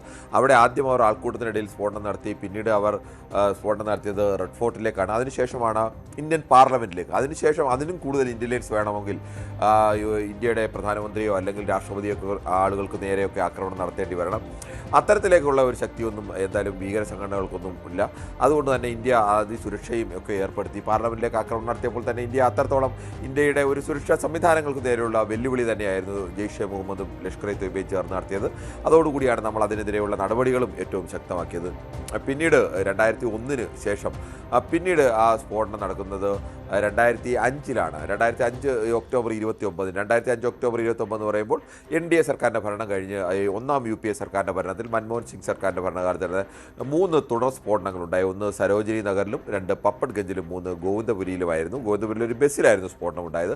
62 പേരാണ് അന്ന് മരിച്ചത്, പരിക്കേറ്റത് 210 പേരാണ്. ഇവർ അന്നും തെരഞ്ഞെടുത്തത് ദീപാവലിയുടെ 2 ദിവസം മുമ്പായിരുന്നു. സ്വാഭാവികമായും ദീപാവലിയായിട്ട് ആളുകൾ തിരക്ക് ഈ സ്ഥലങ്ങളെല്ലാം തന്നെ മാർക്കറ്റ് പ്ലേസുകളാണ്. അവിടേക്ക് വലിയ തോതിൽ ആളുകൾ ഇങ്ങനെ കൂട്ടത്തോടെ ഇരച്ചെത്തും, ഉത്സവപ്പറമ്പിലെത്തുന്ന പോലെ ആളുകൾ ഇരച്ചെത്തും. അപ്പോൾ അവിടെ ഒരു ചെറിയ സ്ഫോടനം കൊണ്ട് തന്നെ അവർക്ക് കൂടുതൽ ആളുകളെ കൊലപ്പെടുത്താൻ കഴിയും, കൂടുതൽ പേർക്ക് പരിക്ക് വരുത്താനൊക്കെ കഴിയും. അതുകൊണ്ടാണ് അവർ അത്ര ഒരു സ്ഥലം തിരഞ്ഞെടുത്തത്. അവർ ലഷ്കർ ഇ തൊയ്ബ തന്നെയായിരുന്നു ഈ സ്ഫോടനത്തിന് പിന്നിൽ പ്രവർത്തിച്ചത്. പിന്നീടും 2008 സെപ്റ്റംബർ 13-നും ഒരു സ്ഫോടന പരമ്പര ഡൽഹിയിലുണ്ടായി. അതും UPA സർക്കാരിൻ്റെ ഭരണകാലത്ത്, മൻമോഹൻ സിംഗിൻ്റെ ഭരണകാലത്താണ്. 31 മിനിറ്റിനുള്ളിൽ 5 സ്ഫോടനങ്ങളാണ് ഉണ്ടായത്. അത് 5ഉം മാർക്കറ്റുകളിലായിരുന്നു എന്ന പ്രത്യേകത കൂടിയുണ്ട്. അതും ഒരു സെപ്റ്റംബറിൽ തന്നെയായിരുന്നു. 20 പേർക്ക് പരിക്കേൽക്കുകയും 20 പേർ മരണമടയുകയും 90 പേർക്ക് പരിക്കേൽക്കുകയും ചെയ്തു. കരോൾ ബാഗിലെ ഗഫാർ മാർക്കറ്റിലാണ് ആദ്യ സ്ഫോടനം ഉണ്ടാകുന്നത്. ഈ ഗഫാർ മാർക്കറ്റിലെ സ്ഫോടനം ഉണ്ടായപ്പോൾ അവിടെ സ്ഫോടനത്തിൽ പരിക്കേറ്റവരുമായ ആളുകൾ പെട്ടെന്ന് തന്നെ RML ആശുപത്രിയിലേക്ക് എത്തുന്നു. തൊട്ടടുത്താണ് RML, ഏറ്റവും അടുത്തുള്ള പ്രധാനപ്പെട്ട ആശുപത്രി. RML ആശുപത്രിയിൽ എത്തുന്നു. ഇന്ന് ഡൽഹിയിൽ മാധ്യമപ്രവർത്തകരായി ജോലി ചെയ്യുന്ന ഞങ്ങളൊക്കെ അടക്കം ഈ RML ആശുപത്രിയിൽ എത്തുന്ന വഴിക്കാണ് കേൾക്കുന്നത്. കൊണാട്ട് പ്ലേസിൽ വീണ്ടും അവിടെ M ബ്ലോക്കിൽ വീണ്ടും സ്ഫോടനം ഉണ്ടാകുന്നു എന്ന് പറയുന്നു. തൊട്ടു പിന്നാലെ തന്നെ ഗ്രേറ്റർ കൈലാഷിൽ സ്ഫോടനം ഉണ്ടായി എന്ന് വാർത്ത വരുന്നു. പെട്ടെന്ന് തന്നെ സുരക്ഷാ ഉദ്യോഗസ്ഥർ ഉദ്യോഗസ്ഥരൊക്കെ ആശുപത്രിയിൽ മാധ്യമപ്രവർത്തകരടക്കമുള്ളവരൊക്കെ അത് കുറച്ച് പേരെ ഉള്ളായിരുന്നെങ്കിൽ പോലും ആളുകളൊക്കെ കൂടിയിരുന്നു. പെട്ടെന്ന് തന്നെ എല്ലാവരെയും അവിടെ നിന്ന് ഒഴിപ്പിച്ചു. ഇനിയിപ്പോൾ സ്വാഭാവികമായും ഇത്തരം ആളുകൾ എത്തിപ്പെടാൻ സാധ്യതയുള്ള സ്ഥലങ്ങളിലൊക്കെ സ്ഫോടനം നടക്കാനുള്ള സാധ്യത ഉണ്ട് എന്നതുകൂടി മുൻകൂട്ടി കണ്ടുകൊണ്ടായിരുന്നു അവർ അത്തരത്തിലേക്കുള്ള ഒരു നടപടിയൊക്കെ സ്വീകരിച്ചത്.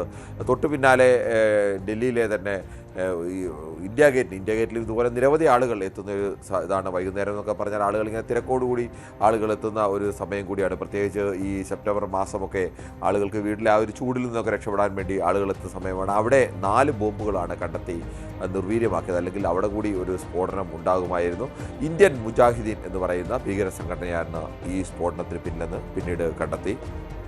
പിന്നീട് സ്ഫോടനമുണ്ടായത് 2008 സെപ്റ്റംബർ 27 അതേ വർഷം തന്നെ സെപ്റ്റംബർ 27 മെഹ്റോളിയിലെ ഒരു ഫ്ലവർ മാർക്കറ്റിലാണ് സ്ഫോടനം ഉണ്ടായത്. അവിടെയും ഇതുപോലെ ഈ മാർക്കറ്റിലാണ് സ്ഫോടവസ്തു വെച്ചിരുന്നത്. 3 മരണം ഉണ്ടായി. പരിക്കേറ്റത് 21 പേർക്കാണ്.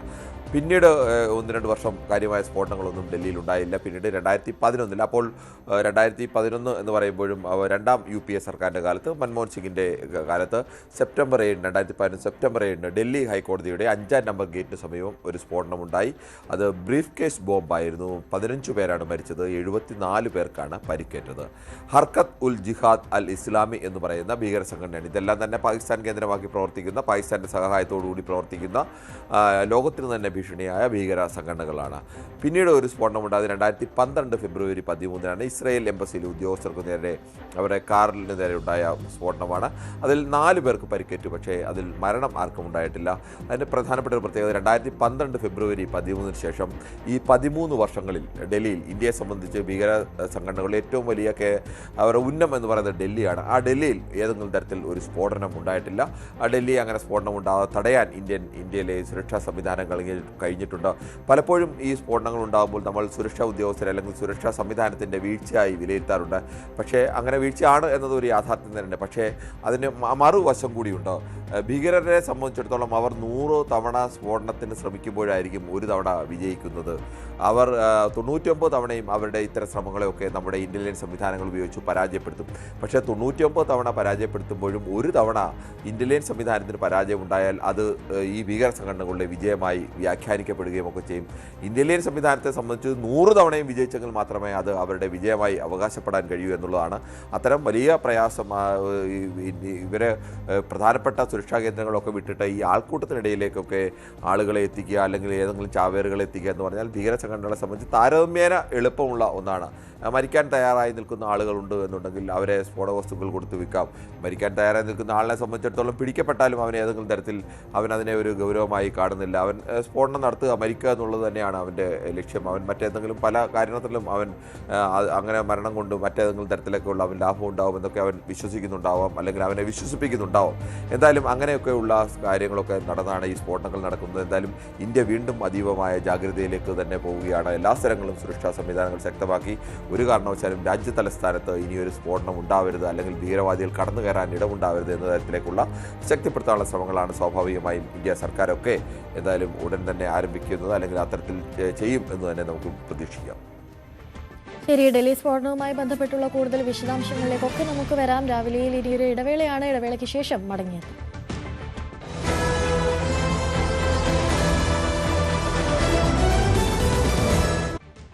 ഡൽഹി സ്ഫോടനത്തിൽ ഇപ്പോഴും ഭീകരാക്രമണ സാധ്യത പരിശോധിക്കുകയാണ് അന്വേഷണ സംഘം. കൂടുതൽ വിവരങ്ങളുമായി അഭിലാഷ് രാധാകൃഷ്ണൻ തന്നെ നമുക്കൊപ്പം ചേരുന്നുണ്ട്. അഭിലാഷ്, സ്ഫോടന സാധ്യത, ഭീകരാക്രമണ സാധ്യത പരിശോധിക്കുമ്പോൾ നമുക്ക് ഏറെ സംശയകരമാകുന്നത് ഏറ്റവും തിരക്കുണ്ടായിരുന്ന ഒരു സമയത്തായിരുന്നു ഈ സ്ഫോടനം ഉണ്ടാകുന്നത് എന്നതാണ്. അങ്ങനെയെങ്കിൽ കൂടാതെ ഇതൊരു CNG ബ്ലാസ്റ്റ് അല്ല എന്നൊരു നിഗമനത്തിലേക്ക് കൂടി നമ്മൾ എത്തിച്ചേരുകയാണ്. അപ്പോൾ ഭീകരാക്രമണമായിരിക്കാം എന്നുള്ള സാധ്യത, എന്നുള്ള സംശയം അത് വർദ്ധിച്ചു വരികയും കൂടിയാണ്.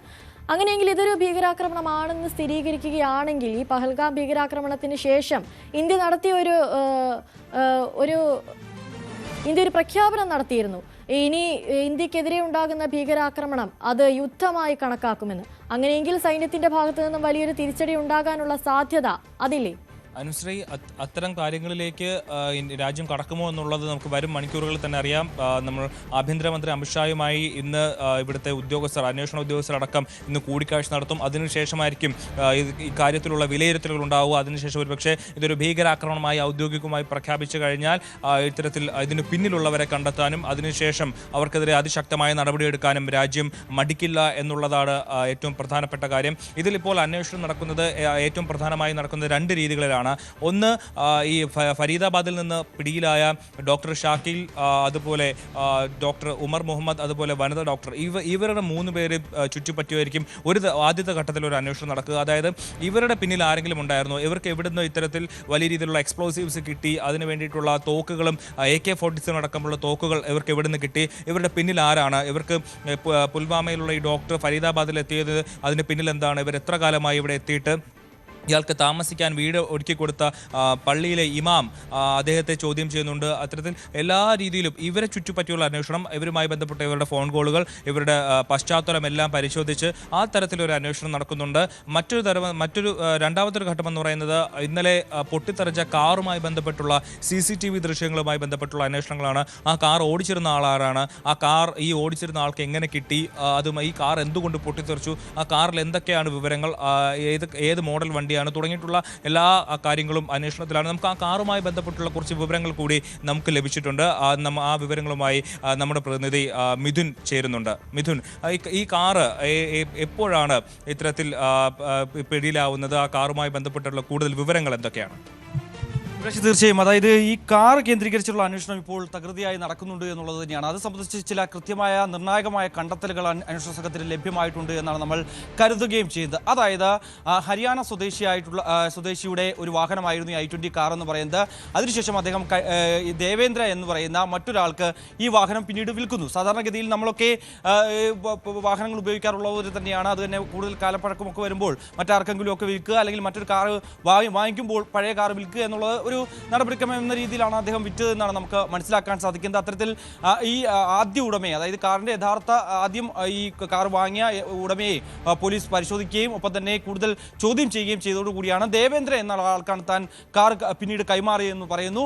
അതിനുശേഷം പല തവണ, അതായത് പിന്നീട് 2 പേർ കൂടി ഈ കാർ കൈമാറുകയും ചെയ്തു. ഏറ്റവും ഒടുവിൽ കഴിഞ്ഞ മാസം 29-നാണ് ഈ താരിഖ് എന്ന് പറയുന്ന പുൽവാമ സ്വദേശിയായിട്ടുള്ള, പുൽവാമയിലെ ശംഭൂര ഗ്രാമത്തിലുള്ള താരിഖ് എന്ന് പറയുന്ന ഒരു വ്യക്തിയിലേക്ക് ഈ കാർ എത്തുന്നത്. അത് കഴിഞ്ഞ മാസം 29-നാണ് ഈ പുൽവാമ സ്വദേശി ഈ കാർ വാങ്ങിക്കുകയും ചെയ്തത്. അതിനുശേഷം ആണ് ഇപ്പോൾ ഇത് ഈ ഉമർ മുഹമ്മദിന്റെ പക്കലിലേക്ക് വന്നിരിക്കുന്നു എന്നുള്ളതാണ്. അത് ഡൽഹിയിലേക്ക് ഈ കാർ എങ്ങനെ വന്നു, ഒപ്പം തന്നെ ഉമർ മുഹമ്മദിന് ഈ കാർ കൈമാറിയതിൽ താരിഖിന്റെ പങ്ക് എന്താണ് എന്നടക്കമുള്ള കാര്യങ്ങൾ അന്വേഷണ സംഘം ഇപ്പോൾ പരിശോധിച്ചുകൊണ്ടിരിക്കുകയാണ്. നമുക്ക് ലഭ്യമാകുന്ന വിവരങ്ങൾ അനുസരിച്ച് ജമ്മു കാശ്മീരിൽ നിന്ന് 2 പേരെ ഇപ്പോൾ ഈ അന്വേഷണ സംഘം അറസ്റ്റ് ചെയ്തതായിട്ടുള്ള വിവരങ്ങൾ കൂടി പുറത്തു വരുന്നുണ്ട്. ഇവരെ വിശദമായി ചോദ്യം ചെയ്യുകയാണ്. ഇതിലൊരാൾ താരിഖാണോ എന്ന കാര്യം കൂടി അക്കാര്യത്തിലൊരു വ്യക്തത വരേണ്ടിയിരിക്കുന്നു. അതായത് താരിഖ് പറയുന്നതനുസരിച്ച്, അല്ലെങ്കിൽ ഈ വാഹനം ഈ ഉമർ മുഹമ്മദ് എന്ന ആമിറിന് കൈമാറിയിട്ടുണ്ടായിരുന്നു. അത് ഈ മാസം ആദ്യം വാരത്തോടു കൂടി ഇത്തരത്തിൽ ഉമർ മുഹമ്മദിന് താൻ വാഹനം കൈമാറിയതാണ് എന്നുള്ള രീതിയിലുള്ള ചില പ്രതികരണങ്ങൾ വന്നതായി CNN അടക്കമുള്ള മാധ്യമങ്ങൾ റിപ്പോർട്ട് ചെയ്യുകയും ചെയ്യുന്നുണ്ട്. എന്തായാലും ഈ 2 പേരെ ഇപ്പോൾ ജമ്മു കാശ്മീരിൽ നിന്ന് അറസ്റ്റിലായിട്ടുള്ള ഈ 2 പേരെ കേന്ദ്രീകരിച്ചാണ് കാര്യങ്ങൾ മുന്നോട്ട് പോകുന്നത്. അവരെന്തൊക്കെയാണ് കാര്യങ്ങൾ പറയുന്നത്, അല്ലെങ്കിൽ അവരുടെ മൊഴികളിൽ ഏതെങ്കിലും തരത്തിൽ വൈരുദ്ധ്യങ്ങളുണ്ടോ, ഈ അറ്റാക്കുമായി ഇവർക്ക് എന്താണ് ബന്ധം, ഒപ്പം തന്നെ ഈ സ്ഫോടക വസ്തുക്കൾ എത്തിച്ചു നൽകിയതിൽ, അതായത് കഴിഞ്ഞ ദിവസം ഫരീദാബാദിൽ നിന്ന് 2 ഡോക്ടർമാർ അറസ്റ്റിലായിരുന്നു. ആ ഡോക്ടർമാരുടെ കാറിൽ നിന്ന് ഈ RDXും ഒപ്പം തന്നെ AK-47 അടക്കമുള്ള കാര്യങ്ങൾ കണ്ടെടുക്കുകയും ചെയ്തു. അതായത് മാരകമായിട്ടുള്ള സ്ഫോടക വസ്തുക്കളൊക്കെ കണ്ടെടുത്ത പശ്ചാത്തലത്തിൽ അപ്പോൾ തന്നെ ഈ രാജ്യത്തിന്റെ വിവിധ ഭാഗങ്ങളിൽ ബ്ലാസ്റ്റ് നടത്താനുള്ള ഒരു രീതിയിലുള്ള കാര്യങ്ങളിലേക്കാണ് പോയിരുന്നത് എന്നുള്ള ചില വിലയിരുത്തൽ അന്വേഷണ സംഘത്തിന്റെ ഭാഗത്തുനിന്നും ഉണ്ടായിരുന്നു. അത് പൊളിക്കാൻ സാധിച്ചു എന്ന രീതിയിലായിരുന്നു കഴിഞ്ഞ ദിവസം പോകുന്നത്. പിന്നീടാണ് രാജ്യത്തെ നടുക്കിക്കൊണ്ട് മറ്റൊരു ആക്രമണം ഉണ്ടാകുന്നത്.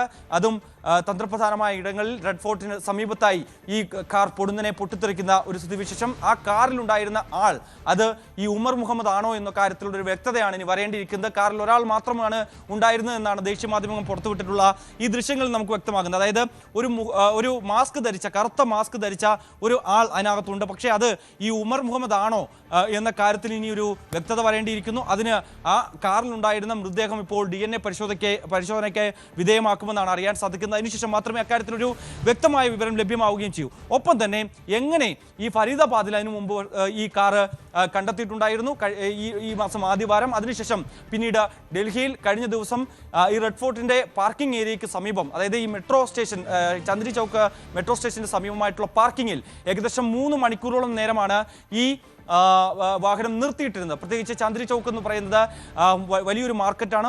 ആളുകൾ തിങ്ങി നിറഞ്ഞ് വന്ന് സാധനങ്ങളൊക്കെ പർച്ചേസ് ചെയ്യുന്ന ഒരു മാർക്കറ്റ് കൂടിയാണ്. ആ ഒരു തന്ത്രപ്രധാനമായിട്ടുള്ള ആളുകൾ കൂടുന്ന ഇടങ്ങളിലേക്ക് കാർ കയറ്റി ഒരു ചാവേറാക്രമണം നടത്താനുള്ള പദ്ധതിയായിരുന്നു ഇവരിട്ട് നടക്കമുള്ള കാര്യങ്ങൾ പരിശോധിച്ചു വരികയാണ്.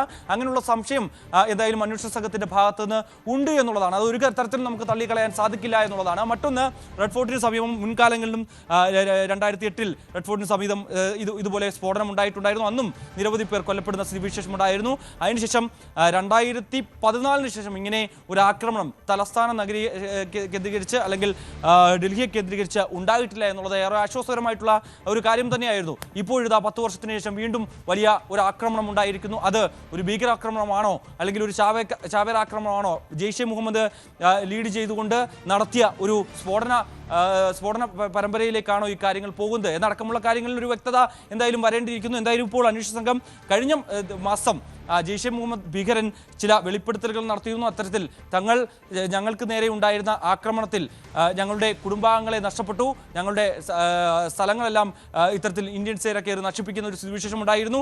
അതിന് കൃത്യമായ മറുപടി നൽകുമെന്ന രീതിയിലുള്ള ചില പ്രകോപനകരമായിട്ടുള്ള ചില പ്രതികരണങ്ങളും അത്തരത്തിലുള്ള ചില പ്രസംഗങ്ങളും പിന്നീട് പുറത്തു വരികയും ചെയ്ത് നമ്മൾ കാണുകയും ചെയ്തു. അതടക്കമുള്ള കാര്യങ്ങൾ ചേർത്ത് വായിക്കുമ്പോൾ ഈ ഒരു ഘട്ടത്തിൽ ഇപ്പോഴുണ്ടായിരിക്കുന്ന ഈ ഒരു ഭീകരാക്രമണം ഒരു തരത്തിലും, അല്ലെങ്കിൽ ഭീകരാക്രമണമാണ് ഇതുവരെ സ്ഥിരീകരിച്ചില്ലെങ്കിൽ പോലും തന്നെ അത് തള്ളിക്കളയാൻ കഴിയാത്ത രീതിയിലേക്കാണ് കാര്യങ്ങൾ പോവുകയും ചെയ്തത്. എന്ത് ആണ് ഇവർ ലക്ഷ്യം വെച്ചത്, അത് അക്കാര്യത്തിൽ ഒരു വ്യക്തത വരേണ്ടിയിരിക്കുന്നു. ഒപ്പം തന്നെ ഈ ഡോക്ടർമാർ പിടിയിലാണ്. ഈ ഡോക്ടർമാരെ കൂടുതൽ ചോദ്യം ചെയ്തു വരികയാണ്. അവർ എന്ത് വിവരങ്ങളാണ് നൽകുന്നതെന്നടക്കമുള്ള കാര്യങ്ങൾ വളരെ പ്രധാനപ്പെട്ട കാര്യങ്ങൾ തന്നെയാണ്. അതടക്കമുള്ള കാര്യങ്ങൾ കേന്ദ്രീകരിച്ചാണ് പരിശോധന നടത്തുന്നത്. അതിന്റെ അടിസ്ഥാനത്തിലാണ് അന്വേഷണ സംഘം ജമ്മു കാശ്മീരിൽ നിന്ന് 2 പേരെ അറസ്റ്റ് ചെയ്യുകയും ചെയ്ത് അവരെ ഇപ്പോൾ കൂടുതൽ ചോദ്യം ചെയ്യലിന് വിധേയമായിക്കൊണ്ടിരിക്കുകയാണ്. മറ്റൊന്ന്, നമുക്ക് ഇതിൻ്റെ ആകാശ ദൃശ്യങ്ങളടക്കം കൂടുതൽ പരിശോധിക്കേണ്ടതായിട്ടുണ്ട്. അതിൽ ചില സ്ഫോടനങ്ങൾ നടന്ന ഏരിയ, അതിന് സമീപത്തെ തന്ത്രപ്രധാനമായിട്ടുള്ള ഇടങ്ങൾ, അവിടെയൊക്കെ ആളുകൾ തിങ്ങി കൂടുന്ന ഒരു മേഖല കൂടിയാണ്. എന്തായാലും നമുക്ക് ആ കാര്യങ്ങൾ കൂടി കൂടുതൽ പരിശോധിക്കേണ്ടതായിട്ടുണ്ട് എന്നുള്ളതാണ്. എന്നോടൊപ്പം എഴുതപ്പോൾ പുതുശ്ശേരി കൂടി ചേരുന്നുണ്ട്. കാരണം ഇതിൻ്റെ ആകാശ ദൃശ്യങ്ങൾ, അതിൻ്റെ കാര്യങ്ങൾ കൂടി നമ്മൾ പരിശോധിക്കുമ്പോൾ അതിൽ അതായത് നമുക്കറിയാം ചന്ദ്രി ചൗക്ക് എന്ന് പറയുന്ന വളരെ പ്രധാനപ്പെട്ട ഒരു മാർക്കറ്റ്, ആളുകൾ തിങ്ങി നിറഞ്ഞ് നിൽക്കുന്ന ഒരു പ്രദേശം. അവിടെ വൈകിട്ടാണ് സ്വാഭാവികമായും ആളുകൾ കൂട്ടത്തോടെ വരിക.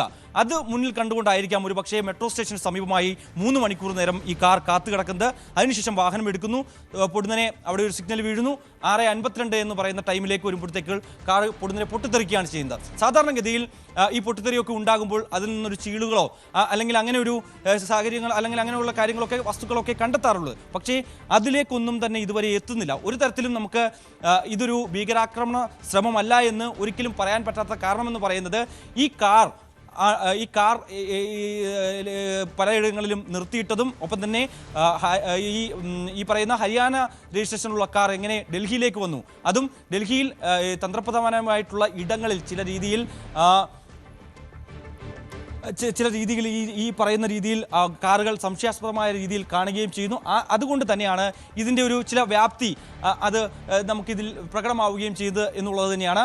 അതിൽ ചില വ്യക്തത കൂടി വരേണ്ടിയിരിക്കുന്നു. പ്രത്യേകിച്ച് റെഡ് ഫോർട്ട് ഏരിയ, അവിടെ കൂടുതൽ ആളുകൾ ടൂറിസ്റ്റുകളൊക്കെ വന്നു പോകുന്ന ഇടം കൂടിയാണ് എന്നുള്ളത് കൂടി ചേർത്ത് വായിക്കപ്പെടുമ്പോൾ ഒരു തരത്തിൽ നമുക്ക് ചില സംശയങ്ങൾ ബലപ്പെടുന്നതിൻ്റെ കാരണം ഈ കാർ തന്നെയാണ്. അതിൽ ആരാണ് ഉണ്ടായിരുന്നത്? അതിൽ ഉമർ മുഹമ്മദ് എന്ന ആളാണോ? അതായത് പോലീസും അന്വേഷണ സംഘവും ഒക്കെ സംശയിക്കുന്ന പോലെ തന്നെ ഉമർ മുഹമ്മദ് എന്ന വ്യക്തിയായിരുന്നു ആ കാറിലുണ്ടായിരുന്ന. ആ കറുത്ത മാസ്ക് ധരിച്ചിട്ടുള്ള ആ വ്യക്തി ഉമർ മുഹമ്മദ് ആണോ എന്നുള്ള കാര്യങ്ങൾ കൂടി പരിശോധിക്കേണ്ടിയിരിക്കുന്നു. ഇതിൻ്റെ ഒരു കാര്യങ്ങൾ നമ്മൾ നോക്കുമ്പോൾ എങ്ങനെ ഈ ഒരു കാറിൻ്റെ ഒരു സഞ്ചാര കാര്യങ്ങൾ മിഥുൻ, ഈ കാറിന്റെ കാര്യത്തിൽ നേരത്തെ മിഥുൻ സൂചിപ്പിച്ചുവെങ്കിൽ പോലും അതിൽ ഒരുപാട് കാര്യങ്ങൾ അതിനകത്ത് വരുന്നുണ്ട്. പ്രത്യേകിച്ചും നേരത്തെ നമ്മൾ CNN News 18 റിപ്പോർട്ട് ചെയ്യുന്ന പ്രകാരമാണെങ്കിൽ ഇത് ആദ്യം ഗുരുഗ്രാമിൽ രജിസ്റ്റർ ചെയ്ത കാറാണ്. ഈ ഗുരുഗ്രാമിൽ രജിസ്റ്റർ ചെയ്ത കാറ് അത് HR 26 എന്നുള്ള രജിസ്ട്രേഷൻ നമ്പറായിരുന്നു. അതിനുശേഷം 4 തവണ ഇല്ലീഗലായി നിയമവിരുദ്ധമായി കാറിന്റെ രജിസ്ട്രേഷൻ മാറിയിട്ടുണ്ട്, കാറിന്റെ ഉടമയെ മാറിയിട്ടുണ്ട് എന്നുള്ളതാണ് പ്രധാനപ്പെട്ട കാര്യം. എന്താണെങ്കിലും 4 തവണ ആദ്യം സൽമാൻ എന്നുള്ള ആളുടെ പേരിലാണ്, മുഹമ്മദ് സൽമാൻ HR26 എന്നുള്ള രജിസ്ട്രേഷനിൽ കാറ് ആദ്യം രജിസ്റ്റർ ചെയ്യുന്നു. സൽമാൻ അതിനുശേഷം ദേവേന്ദ്രയിലേക്ക് ആ കാറിന്റെ പേര് മാറ്റുന്നു. അത് മറച്ചുവിറ്റതാണോ അല്ലെങ്കിൽ അവർ തമ്മിൽ ബന്ധമുണ്ടോ എന്നുള്ളതൊക്കെയാണ് ഇനി കൂടുതൽ വ്യക്തത വരേണ്ടത്. ഈ ദേവേന്ദ്രയിൽ നിന്നാണ് സോനു എന്നുള്ള വ്യക്തിയിലേക്ക് കാര്യങ്ങൾ എത്തുന്നത്. ദേവേന്ദ്ര ആദ്യം മുഹമ്മദ് സൽമാൻ, സൽമാനിൽ നിന്ന് ദേവേന്ദ്ര, ദേവേന്ദ്രയിൽ നിന്ന് സോനു, സോനുവിൽ നിന്ന് ഏറ്റവും ഒടുവിൽ താരിഖ് എന്നുള്ളതാണ്. ഷംബൂര, പുൽവാമയിലെ ഷംബൂരയിലുള്ള താരിഖിലേക്കാണ് ഏറ്റവും ഒടുവിൽ ഈ കാറിന്റെ ഓണർഷിപ്പ് എത്തുന്നത്. അപ്പോൾ ഈ i20 കാറ് എങ്ങനെ ഈ 4 വട്ടം 2014 ശേഷമാണ് ഈ കാറിന്റെ രജിസ്ട്രേഷന്റെ ഈ മാറ്റം കാണുന്നത് 4 തവണ. അപ്പോൾ അത് എത്രമാത്രം നിർണായകമാണ് എന്നുള്ളത് നമുക്ക് ഊഹിക്കാം. എന്താണെങ്കിലും അതിൽ വിശദമായിട്ടുള്ള അന്വേഷണം നടക്കുന്നുണ്ടെന്ന കാര്യത്തിൽ യാതൊരു സംശയമില്ല. നമുക്ക് എന്താണെങ്കിലും മിഥുൻ സൂചിപ്പിച്ച പോലെ ഇതിന്റെ ഒരു ആകാശ ദൃശ്യത്തിലേക്ക് നമുക്ക് പോയാൽ എങ്ങനെയാണ് ഈ ഇവിടെ ഒരു ആക്രമണത്തിന്റെ ആദ്യ സമയങ്ങളിൽ കണ്ടത് എന്നുള്ളതാണ് നമുക്ക് കാണാൻ കഴിയും. ഇതാണ് ചെങ്കോട്ട പ്രദേശം. ഈ ചെങ്കോട്ട പ്രദേശത്ത് നമ്മൾ കാണുന്ന പോലെ ഇത് ഈ ചാന്ദിനി ചൗക്ക് ഏരിയ ഇതാണ്. ഈ ചാന്ദിനി ചൗക്ക് ഏരിയയിൽ വളരെ ജനനിബിഡമായിട്ടുള്ള സ്ഥലമാണ്. നമുക്ക് കാണാം എത്രമാത്രം കെട്ടിടങ്ങളും ജനവാസ കേന്ദ്രങ്ങളും തിങ്ങി നിറയുന്ന ഒരു ഇടമാണ്, ജനവാസ കേന്ദ്രമാണ് എന്നുള്ളതിൽ യാതൊരു തർക്കവുമില്ല. അത്രമാത്രം ഒരു തിരക്കേറിയ ഒരിടത്ത് ഏതാണ്ട് 3 മണിക്കൂറോളം സമയം ആ കാറ് അവിടെ ചെലവിട്ടു എന്നുള്ളതാണ് ഏറ്റവും ശ്രദ്ധേയമായിട്ടുള്ള കാര്യം. ഈ 3 മണിക്കൂർ സമയം ഈ കാറ് ഇവിടെ ചെലവിടുമ്പോൾ എന്തുകൊണ്ട് ഇത്രയും സുരക്ഷയുള്ള രാജ്യ തലസ്ഥാനത്ത് അത് ശ്രദ്ധയിൽപ്പെട്ടില്ല എന്നുള്ളതാണ് ആദ്യം അന്വേഷിക്കേണ്ടി വരിക. ഇതാണ് നമ്മൾ കാണുന്ന റെഡ് ഫോർട്ട്. ഈ റെഡ് ഫോർട്ടിന്റെ ഏതാണ്ട് ഈ കാണുന്ന പ്രദേശത്താണ് ഇന്നലെ ബ്ലാസ്റ്റ് നടന്നത്. ഈ ഭാഗത്താണ് ബ്ലാസ്റ്റ് നടക്കുന്നത് എന്നാണ് നമുക്ക് വിവരങ്ങൾ ലഭ്യമായി വരുന്നത്. ഇനി red fort metro station, Lal Qila, ഈ റെഡ് ഫോർട്ട് മെട്രോ സ്റ്റേഷന്റെ അവിടെയാണ് പാർക്ക് ചെയ്തിരുന്നത് ഈ കാർ ആദ്യ മണിക്കൂറുകൾ സമയം ഈ കാർ പാർക്ക് ചെയ്തതിന്റെ ദൃശ്യങ്ങൾ നമ്മൾ ന്യൂസ് 18 അത് സംപ്രേഷണം ചെയ്യുന്നുണ്ട്.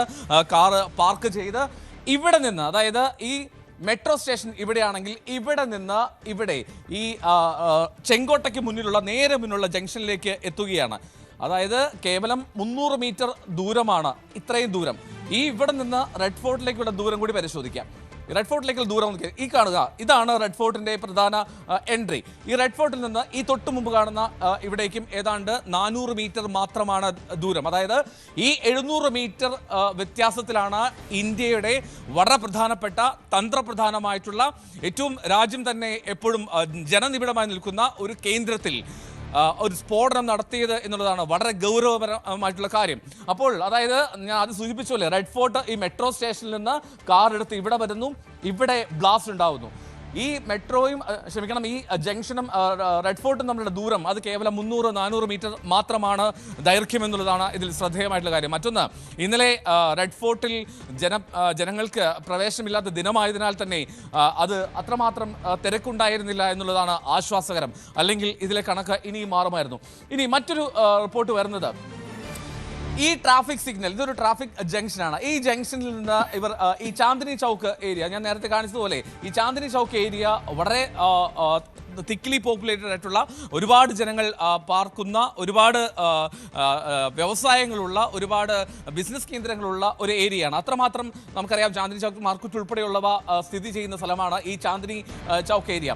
അവിടെ വളരെ നിർണായകമായിട്ടുള്ള ഒരുപാട് കേന്ദ്രങ്ങളുണ്ട്. അങ്ങോട്ടേക്കാണ് ഈ ആക്രമണത്തിന്റെ ആദ്യ പദ്ധതി എന്നുള്ള റിപ്പോർട്ടുകൾ വരുന്നുണ്ട്. അതിനും ഒരു കാരണം ഇത് തന്നെയാണ്. റെഡ് ഫോർട്ട് അല്ലെങ്കിൽ ചെങ്കോട്ട ഇന്നലത്തെ ദിവസത്തിൽ അവിടെ ജനങ്ങൾക്ക് പ്രവേശനമില്ലാത്ത സാഹചര്യത്തിൽ സ്വാഭാവികമായും കൂടുതൽ ജനങ്ങളുടെ സ്ഥലത്തേക്ക് ഒരു ആക്രമണം നടത്തുക എന്നുള്ള ലക്ഷ്യമുണ്ടായിരുന്നു. പക്ഷേ അവിടെ ഉണ്ടായ ചില അസാധാരണമായി അവർ നേരിട്ട എന്തൊക്കെയോ പ്രതിസന്ധികൾ, അത് ട്രാഫിക് റിലേറ്റഡ് ആവാം, എന്താണെങ്കിലും അവിടെ തന്നെ ഈ ബ്ലാസ്റ്റ് നടത്താനുള്ള തീരുമാനത്തിൽ എത്തുകയായിരുന്നു. അങ്ങനെ ഈ റെഡ് ഫോർട്ടിന്റെ നേരെ മുന്നിൽ വെച്ച് തന്നെയാണ് ഈ ബ്ലാസ്റ്റ് നടന്നത് എന്നുള്ളതാണ് ശ്രദ്ധേയമായിട്ടുള്ള കാര്യം. ഇതാണ് ഇതൊരു ആകാശ ദൃശ്യം. നമുക്ക് കാണാം റെഡ് ഫോർട്ട് ഏരിയ, ചെങ്കോട്ടയാണ് ഈ കാണുന്നത്. റെഡ് ഫോർട്ടിന്റെ തൊട്ടു മുന്നിൽ വെച്ച് തന്നെ രാജ്യത്തെ നടുക്കിക്കൊണ്ട് അത്തരത്തിലൊരു സ്ഫോടനം നടക്കുന്നു. അതായത് കൃത്യമായി പറഞ്ഞാൽ റെഡ് ഫോർട്ടിന് നേരെ മുന്നിൽ ഇന്ത്യ ചെങ്കോട്ടയെ കാണുന്ന ആ കോട്ടയ്ക്ക് മുന്നിൽ തന്നെ ആ ഒരു സ്ഫോടനം നടത്തി എന്നുള്ളതാണ് ഒരു പക്ഷേ അതിൽ ശ്രദ്ധേയമായി മാറുക.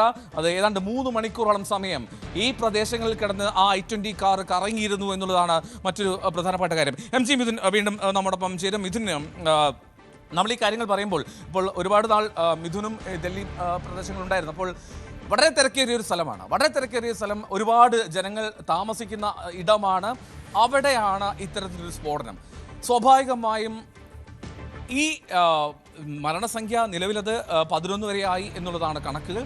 പക്ഷേ അതിലും കൂടുമായിരുന്നു ഇന്നലത്തെ ഒരു സാഹചര്യം കൂടി പരിശോധിച്ചാൽ.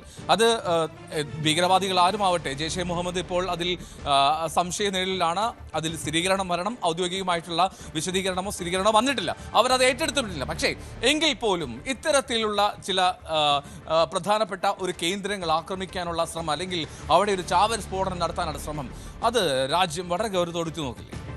തീർച്ചയായും എൽദോ, അത് തന്നെയാണ് ഏറ്റവും പ്രധാനപ്പെട്ട കാര്യം. അതായത് ഈ എൽദോ സൂചിപ്പിച്ച പോലെ തന്നെ തന്ത്രപ്രധാനമായ ഒരു മേഖല തന്നെയാണ്, ജനങ്ങൾ തിങ്ങിപ്പാർക്കുന്ന ഇടം കൂടിയാണ് തൊട്ട് സമീപമായിട്ടുള്ളത്. പ്രത്യേകിച്ച് എൽദോ സൂചിപ്പിച്ച പോലെ തന്നെ കഴിഞ്ഞ ദിവസം റെഡ് ഫോർട്ടിന് വിനോദസഞ്ചാരികൾക്ക് പ്രവേശനമില്ലായിരുന്നു. അവിടെ അവധി ആയതുകൊണ്ട് തന്നെ ഒരു പക്ഷേ നമുക്ക് അനുമാനിക്കാം റെഡ് ഫോർട്ട് അല്ലായിരുന്നു അവരുടെ ലക്ഷ്യമെന്നുള്ളത്. പക്ഷേ മറ്റൊരു ലക്ഷ്യമെന്ന് പറയുന്നത് നമുക്ക് അവിടെ കാണാൻ സാധിക്കുന്നത് ഒന്നെങ്കിൽ ചാന്ദിനി ചൗക്ക് മാർക്കറ്റ്. ആ മാർക്കറ്റിൽ വൈകിട്ടാണ് ഏറ്റവും കൂടുതൽ ആളുകൾ, പ്രത്യേകിച്ച് ഒരു 5 മണിക്ക് ശേഷം 6 മണി ആ ടൈമൊക്കെ ആകുമ്പോഴത്തേക്കും ആ മാർക്കറ്റ് പൂർണ്ണമായും നിറഞ്ഞു കവിയുന്ന രീതി. അതായത് ഒരാളെ തട്ടി അല്ലാതെ അവിടെ നടന്നു നീങ്ങാൻ പറ്റാത്ത തരത്തിൽ അത്രത്തോളം തിരക്കുള്ള ഒരു പ്രദേശമാണ്.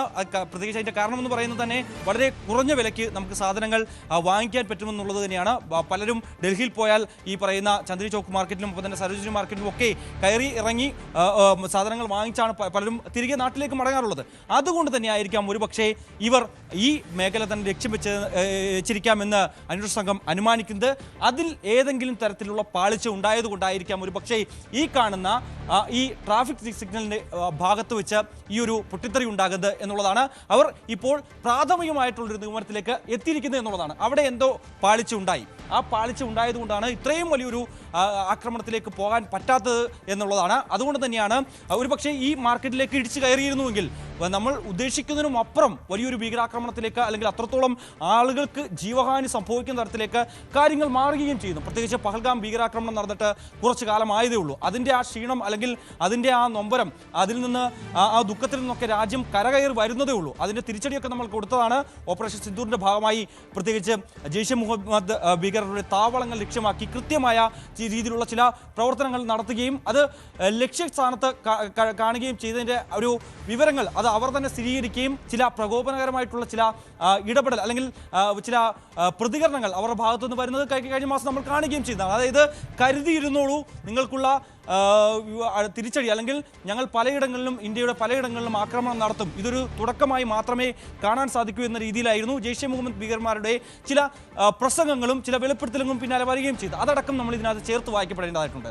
ഏതെങ്കിലും തരത്തിൽ ജെയ്ഷെ മുഹമ്മദിൻ്റെ ബന്ധം സ്ഥാപിക്കുന്നതിൻ്റെ പ്രധാനപ്പെട്ട കാരണവും അതുതന്നെയാണ്. അതായത് ഈ പറയുന്ന ഫരീദാബാദിലുള്ള ഭീകരവാദ കേന്ദ്രങ്ങളിൽ പ്രവർത്തിച്ചുകൊണ്ടിരിക്കുന്ന ആളുകൾ തന്നെയായിരുന്നു കഴിഞ്ഞ ദിവസം ഹരിയാനയിൽ നിന്ന് പിടിയിലാവുകയും ചെയ്തത്. ആ ഡോക്ടർമാർ ഇതിൽ കൂടുതൽ തവണയും, അല്ലെങ്കിൽ കൂടുതൽ ഈ പാകിസ്ഥാനുമായി കേന്ദ്രീകരിച്ചിട്ടുള്ള ചില ഹാൻഡിലുകളിൽ നിരന്തരം ബന്ധപ്പെട്ടിരുന്നു ഈ ഷക്കീൽ അടക്കമുള്ള ഡോക്ടർ എന്നാണ് നമുക്ക് മനസ്സിലാക്കാൻ സാധിക്കുന്നത്. അവരെ കൂടുതൽ ചോദ്യം ചെയ്ത് വരികയും ചെയ്യുകയാണ്. അതിനിടയിലാണ് രാജ്യത്ത് തിരിച്ചുകൊണ്ട് വളരെ പ്രധാനപ്പെട്ട ഈ ഇടങ്ങളിൽ ആ ഒരു ആക്രമണം നടത്തുന്നത്. ഒന്ന് തന്നെ, മറ്റൊന്ന് എൽദോ സൂചിപ്പിച്ച പോലെ തന്നെ ഈ മെട്രോ സ്റ്റേഷൻ്റെ ഭാഗത്ത്, പക്ഷേ ഈ ഒരു തരത്തിൽ നമുക്ക് പറഞ്ഞാൽ മെട്രോ സ്റ്റേഷൻ ആയിരുന്നില്ല അവരുടെ ലക്ഷ്യമെന്ന് നമുക്ക് അനുമാനിക്കാൻ സാധിക്കുന്നതെന്ന് പറയുമ്പോൾ ഒരു 3 മണിക്കൂറോളം ഈ പാർക്കിങ്ങിൽ അവർ ചെലവഴിച്ചിരിക്കുന്നു. അതുകൊണ്ട് തന്നെ അവിടെ നിന്ന് മുമ്പോട്ട് നീങ്ങിയത് കൊണ്ട് തന്നെ അവിടെ ബ്ലാസ്റ്റ് നടക്കുന്ന സാഹചര്യത്തിൽ മെട്രോ സ്റ്റേഷൻ അല്ല അവർ ലക്ഷ്യം വെച്ചിരുന്നതെന്ന് നമുക്ക് ഒരു രീതിയിൽ നമുക്ക് അനുമാനിക്കാൻ സാധിക്കുകയും ചെയ്യും. അതുകൊണ്ട് തന്നെ തന്ത്രപ്രധാനമായിട്ടുള്ള ആളുകൾ തിങ്ങിക്കൂടുന്ന ഇടങ്ങളിൽ കൂടി തന്നെയാണ്. ഒരു കാര്യം ആഡ് ചെയ്യുക, അതായത്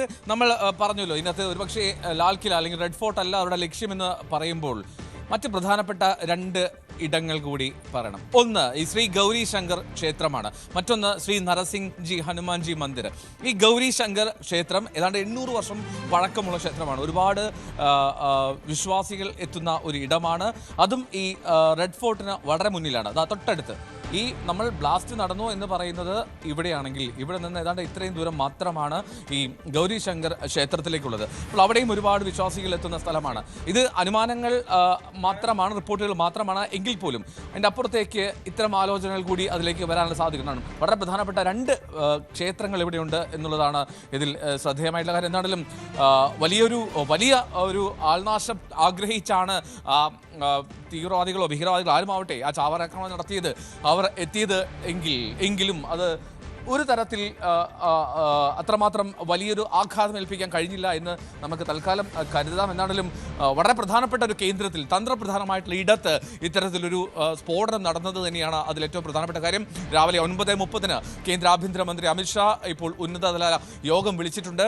ഒരുപക്ഷെ അതിനുശേഷം ഒരു കൂടുതൽ വ്യക്തത, ഒരു ബ്രീഫിംഗ് ഉണ്ടാകുമെന്ന് പ്രതീക്ഷിക്കാം, അല്ലേ? തീർച്ചയായും അത് തന്നെയാണ്. കാരണം ഈ കാര്യങ്ങൾ സംബന്ധിച്ച് കഴിഞ്ഞ ദിവസം തന്നെ കേന്ദ്ര ആഭ്യന്തരമന്ത്രി ഈ സ്ഥലം സന്ദർശിക്കുകയും ഒപ്പം തന്നെ അവിടുത്തെ ഉദ്യോഗസ്ഥരുമായൊക്കെ കൂടിയാലോചനകൾ നടത്തുകയും ചെയ്തു. എന്താണ് സംഭവിച്ചത് എന്നുള്ള അടക്കമുള്ള കൃത്യമായിട്ടുള്ള വിവരങ്ങൾ നമ്മുടെ ഇന്റലിജൻസ് സംവിധാനം അത്രത്തോളം ശക്തമാണ്. എന്താണ് സംഭവിച്ചതെന്നുള്ള കാര്യങ്ങൾ കൃത്യമായി അവർ ക്രോഡീകരിക്കുകയും ചെയ്യുന്നുണ്ട്.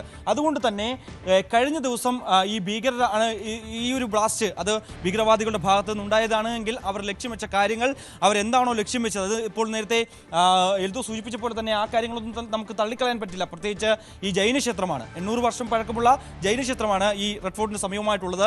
അവിടെ നിരവധി വിശ്വാസികൾ എത്തിപ്പോകുന്നതാണ്. അതൊരു തീർത്ഥാടന കേന്ദ്രത്തിനപ്പുറം ഒരു വിനോദസഞ്ചാര മേഖലയായി കൂടിയാണ്. അത്രത്തോളം പഴക്കമുള്ള വളരെ ഈ കൊത്തുപണികളൊക്കെ ഉള്ള വളരെ പ്രധാനപ്പെട്ട ഒരു ക്ഷേത്രം കൂടിയാണ്. അവിടെയൊക്കെ ആളുകൾ എത്തുകയും അവിടെ ദർശനം നടത്തുകയും ഒപ്പം തന്നെ അതൊക്കെ കണ്ടു മടങ്ങുകയും അവിടെ നിന്ന് ഫോട്ടോ ഒക്കെ എടുക്കുന്നതൊക്കെ നമ്മൾ പലതവണ കാണുകയും ചെയ്തിട്ടുള്ളൊരു സ്ഥലം കൂടിയാണ്. ഒരു പക്ഷേ അവിടെയാണോ ലക്ഷ്യം വെച്ചത്? അതല്ല, ഈ പറയുന്ന ചാന്ദിനി ചൗക്ക് മാർക്കറ്റിനുള്ളിലേക്ക് കയറി ഒരു പക്ഷേ അവിടെ ഒരു വലിയ രീതിയിലുള്ള ആക്രമണം നടത്താനാണോ ഇവർ പദ്ധതിയിട്ട് എന്നുള്ള അടക്കമുള്ള കാര്യങ്ങൾ അത്തരത്തിലൊരു സംശയമാണുള്ളത്.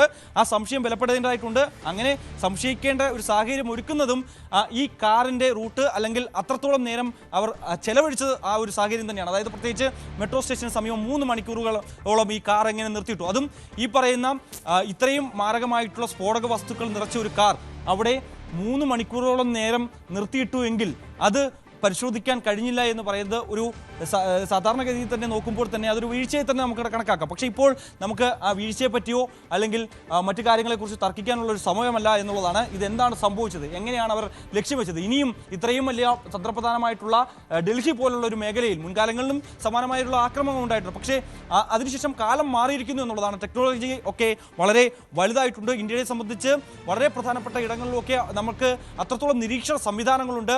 അവയൊക്കെ ഉണ്ടായിട്ട് പോലും അവയൊക്കെ വെട്ടിച്ച് എങ്ങനെ ഈ കാറിന് ഈ പ്രധാനപ്പെട്ട ഇടങ്ങളിലേക്ക് വരാൻ പറ്റി? അതായത് സാധാരണഗതിയിൽ ഒരു രീതിയിൽ ഈ പറയുന്ന പോലെ തന്നെ ഏതെങ്കിലും തരത്തിൽ ഒരു വാഹനം നമ്മൾ തന്നെ ഇപ്പോൾ ഈ പറയുന്ന ഇടങ്ങളിലേക്ക് സുരക്ഷ കൂടുതൽ ശക്തമാക്കിയിട്ടുള്ള ഇടങ്ങളിലേക്കൊക്കെ പോയാൽ ഒരു പക്ഷേ അവിടെയൊക്കെ കൃത്യമായ രീതിയിലുള്ള പരിശോധന പോലീസിൻ്റെ ഭാഗത്തുനിന്നും ഉണ്ടാകും. കാറടക്കം ചെക്ക് ചെയ്തതിന് ശേഷം മാത്രമേ പ്രത്യേകിച്ച് ഈ വാഹനങ്ങളൊക്കെ കടത്തിവിടുകയും ചെയ്യുള്ളൂ. അങ്ങനെയാണ് പതിവ് എന്നുള്ളതാണ്. മറ്റൊന്ന്, ഈ കഴിഞ്ഞ ദിവസം ഈ ഫരീദാബാദിൽ നിന്ന് ഈ 2 ഡോക്ടർമാർ പിടിയിലാകുന്നു. അവരുടെ കാറിൽ നിന്ന് ഈ സ്ഫോടക വസ്തുക്കൾ കണ്ടെത്തുന്നു, തോക്കുകളടക്കം കണ്ടെത്തുന്ന ഒരു സ്ഥിതിവിശേഷം. അതുകൊണ്ട് തന്നെ സ്വാഭാവികമായും ഡൽഹി കേന്ദ്രീകരിച്ച് ശക്തമായിട്ടുള്ള സുരക്ഷാ ക്രമീകരണങ്ങൾ ഏർപ്പെടുത്താറുണ്ട്. അത് കഴിഞ്ഞ ദിവസം ഏർപ്പെടുത്തിയിട്ടുണ്ട് എന്ന് തന്നെയാണ് നമ്മൾ മനസ്സിലാക്കുകയും ചെയ്യുന്നത്. അങ്ങനെയെങ്കിൽ ഇത്രയും നേരം ഒരു കാറ് അവിടെ കിടക്കുന്നു, ആ കാറ് പിന്നീട് പലതവണ പലയിടങ്ങളിലായി കറങ്ങുന്നു. അപ്പോഴൊക്കെ ഇവിടെയൊന്നും പരിശോധന ഉണ്ടായിട്ടില്ലേ എന്നടക്കമുള്ള ചില പ്രധാനപ്പെട്ട ചോദ്യങ്ങളൊക്കെ ഒരു മറുവശത്ത് ഉയരുന്നുണ്ട്. പക്ഷേ അതൊന്നും നമുക്കിപ്പോൾ ചിന്തിക്കേണ്ട കാര്യമല്ല, അല്ലെങ്കിൽ അത് സംബന്ധിച്ചുള്ള കാര്യങ്ങൾ വാദപ്രതിവാദങ്ങളൊക്കെ ഒന്നും കടക്കേണ്ട ഒരു സാഹചര്യമല്ല എന്നുള്ളതാണ്. എന്തായാലും വീഴ്ച സംഭവിച്ചിട്ടുള്ള കാര്യത്തിൽ സംശയമില്ല. അതല്ല എങ്കിൽ ഇങ്ങനെ ഒരു രാജ്യത്തെ നടുക്കിക്കൊണ്ടുള്ള ഇത്രയും വലിയൊരു ആക്രമണം ഉണ്ടായില്ല എന്നുള്ള കാര്യമാണ് ഏറ്റവും പ്രധാനപ്പെട്ട കാര്യം. ഒരു പക്ഷേ അവർ ലക്ഷ്യം വെച്ചത് ചാന്ദിനി ചൗക്ക് മാർക്കറ്റ് ആയിരുന്നുവെങ്കിൽ ഇതിലും വലിയ ഭീകരമായ ഒരു സ്ഥിതിവിശേഷത്തിലേക്ക് കാര്യങ്ങൾ പോയേനെയും നിരവധി പേർക്ക് ജീവഹാനി സംഭവിക്കുന്ന തരത്തിലേക്ക് ഈ വിഷയം തന്നെ മാറുകയും ചെയ്യുമെന്നുള്ളത് തന്നെയാണ്. അത്രത്തോളം സ്ഫോടക വസ്തുക്കൾ ഈ കാറിനുള്ളിൽ ഉണ്ടായിരുന്നു എന്നാണ് പ്രാഥമികമായിട്ടുള്ള ഒരു അന്വേഷണ സംഘത്തിൻ്റെ നിഗമനം എന്ന് പറയുന്നത്. അതുകൊണ്ട് തന്നെ ഈ വിഷയത്തിൽ ഇന്ന് 9:30 ആഭ്യന്തരമന്ത്രി അമിത്ഷായുടെ നേതൃത്വത്തിൽ ഉന്നതതല യോഗം ചേരും. പ്രധാനപ്പെട്ട ഉദ്യോഗസ്ഥരൊക്കെ ഈ ഒരു യോഗത്തിൽ പങ്കെടുക്കുകയും ചെയ്യും. അതിൽ ഇന്റലിജൻസ് സംവിധാനം കൃത്യമായി ഈ വിവരങ്ങൾ ക്രോഡീകരിക്കുന്നുണ്ട്.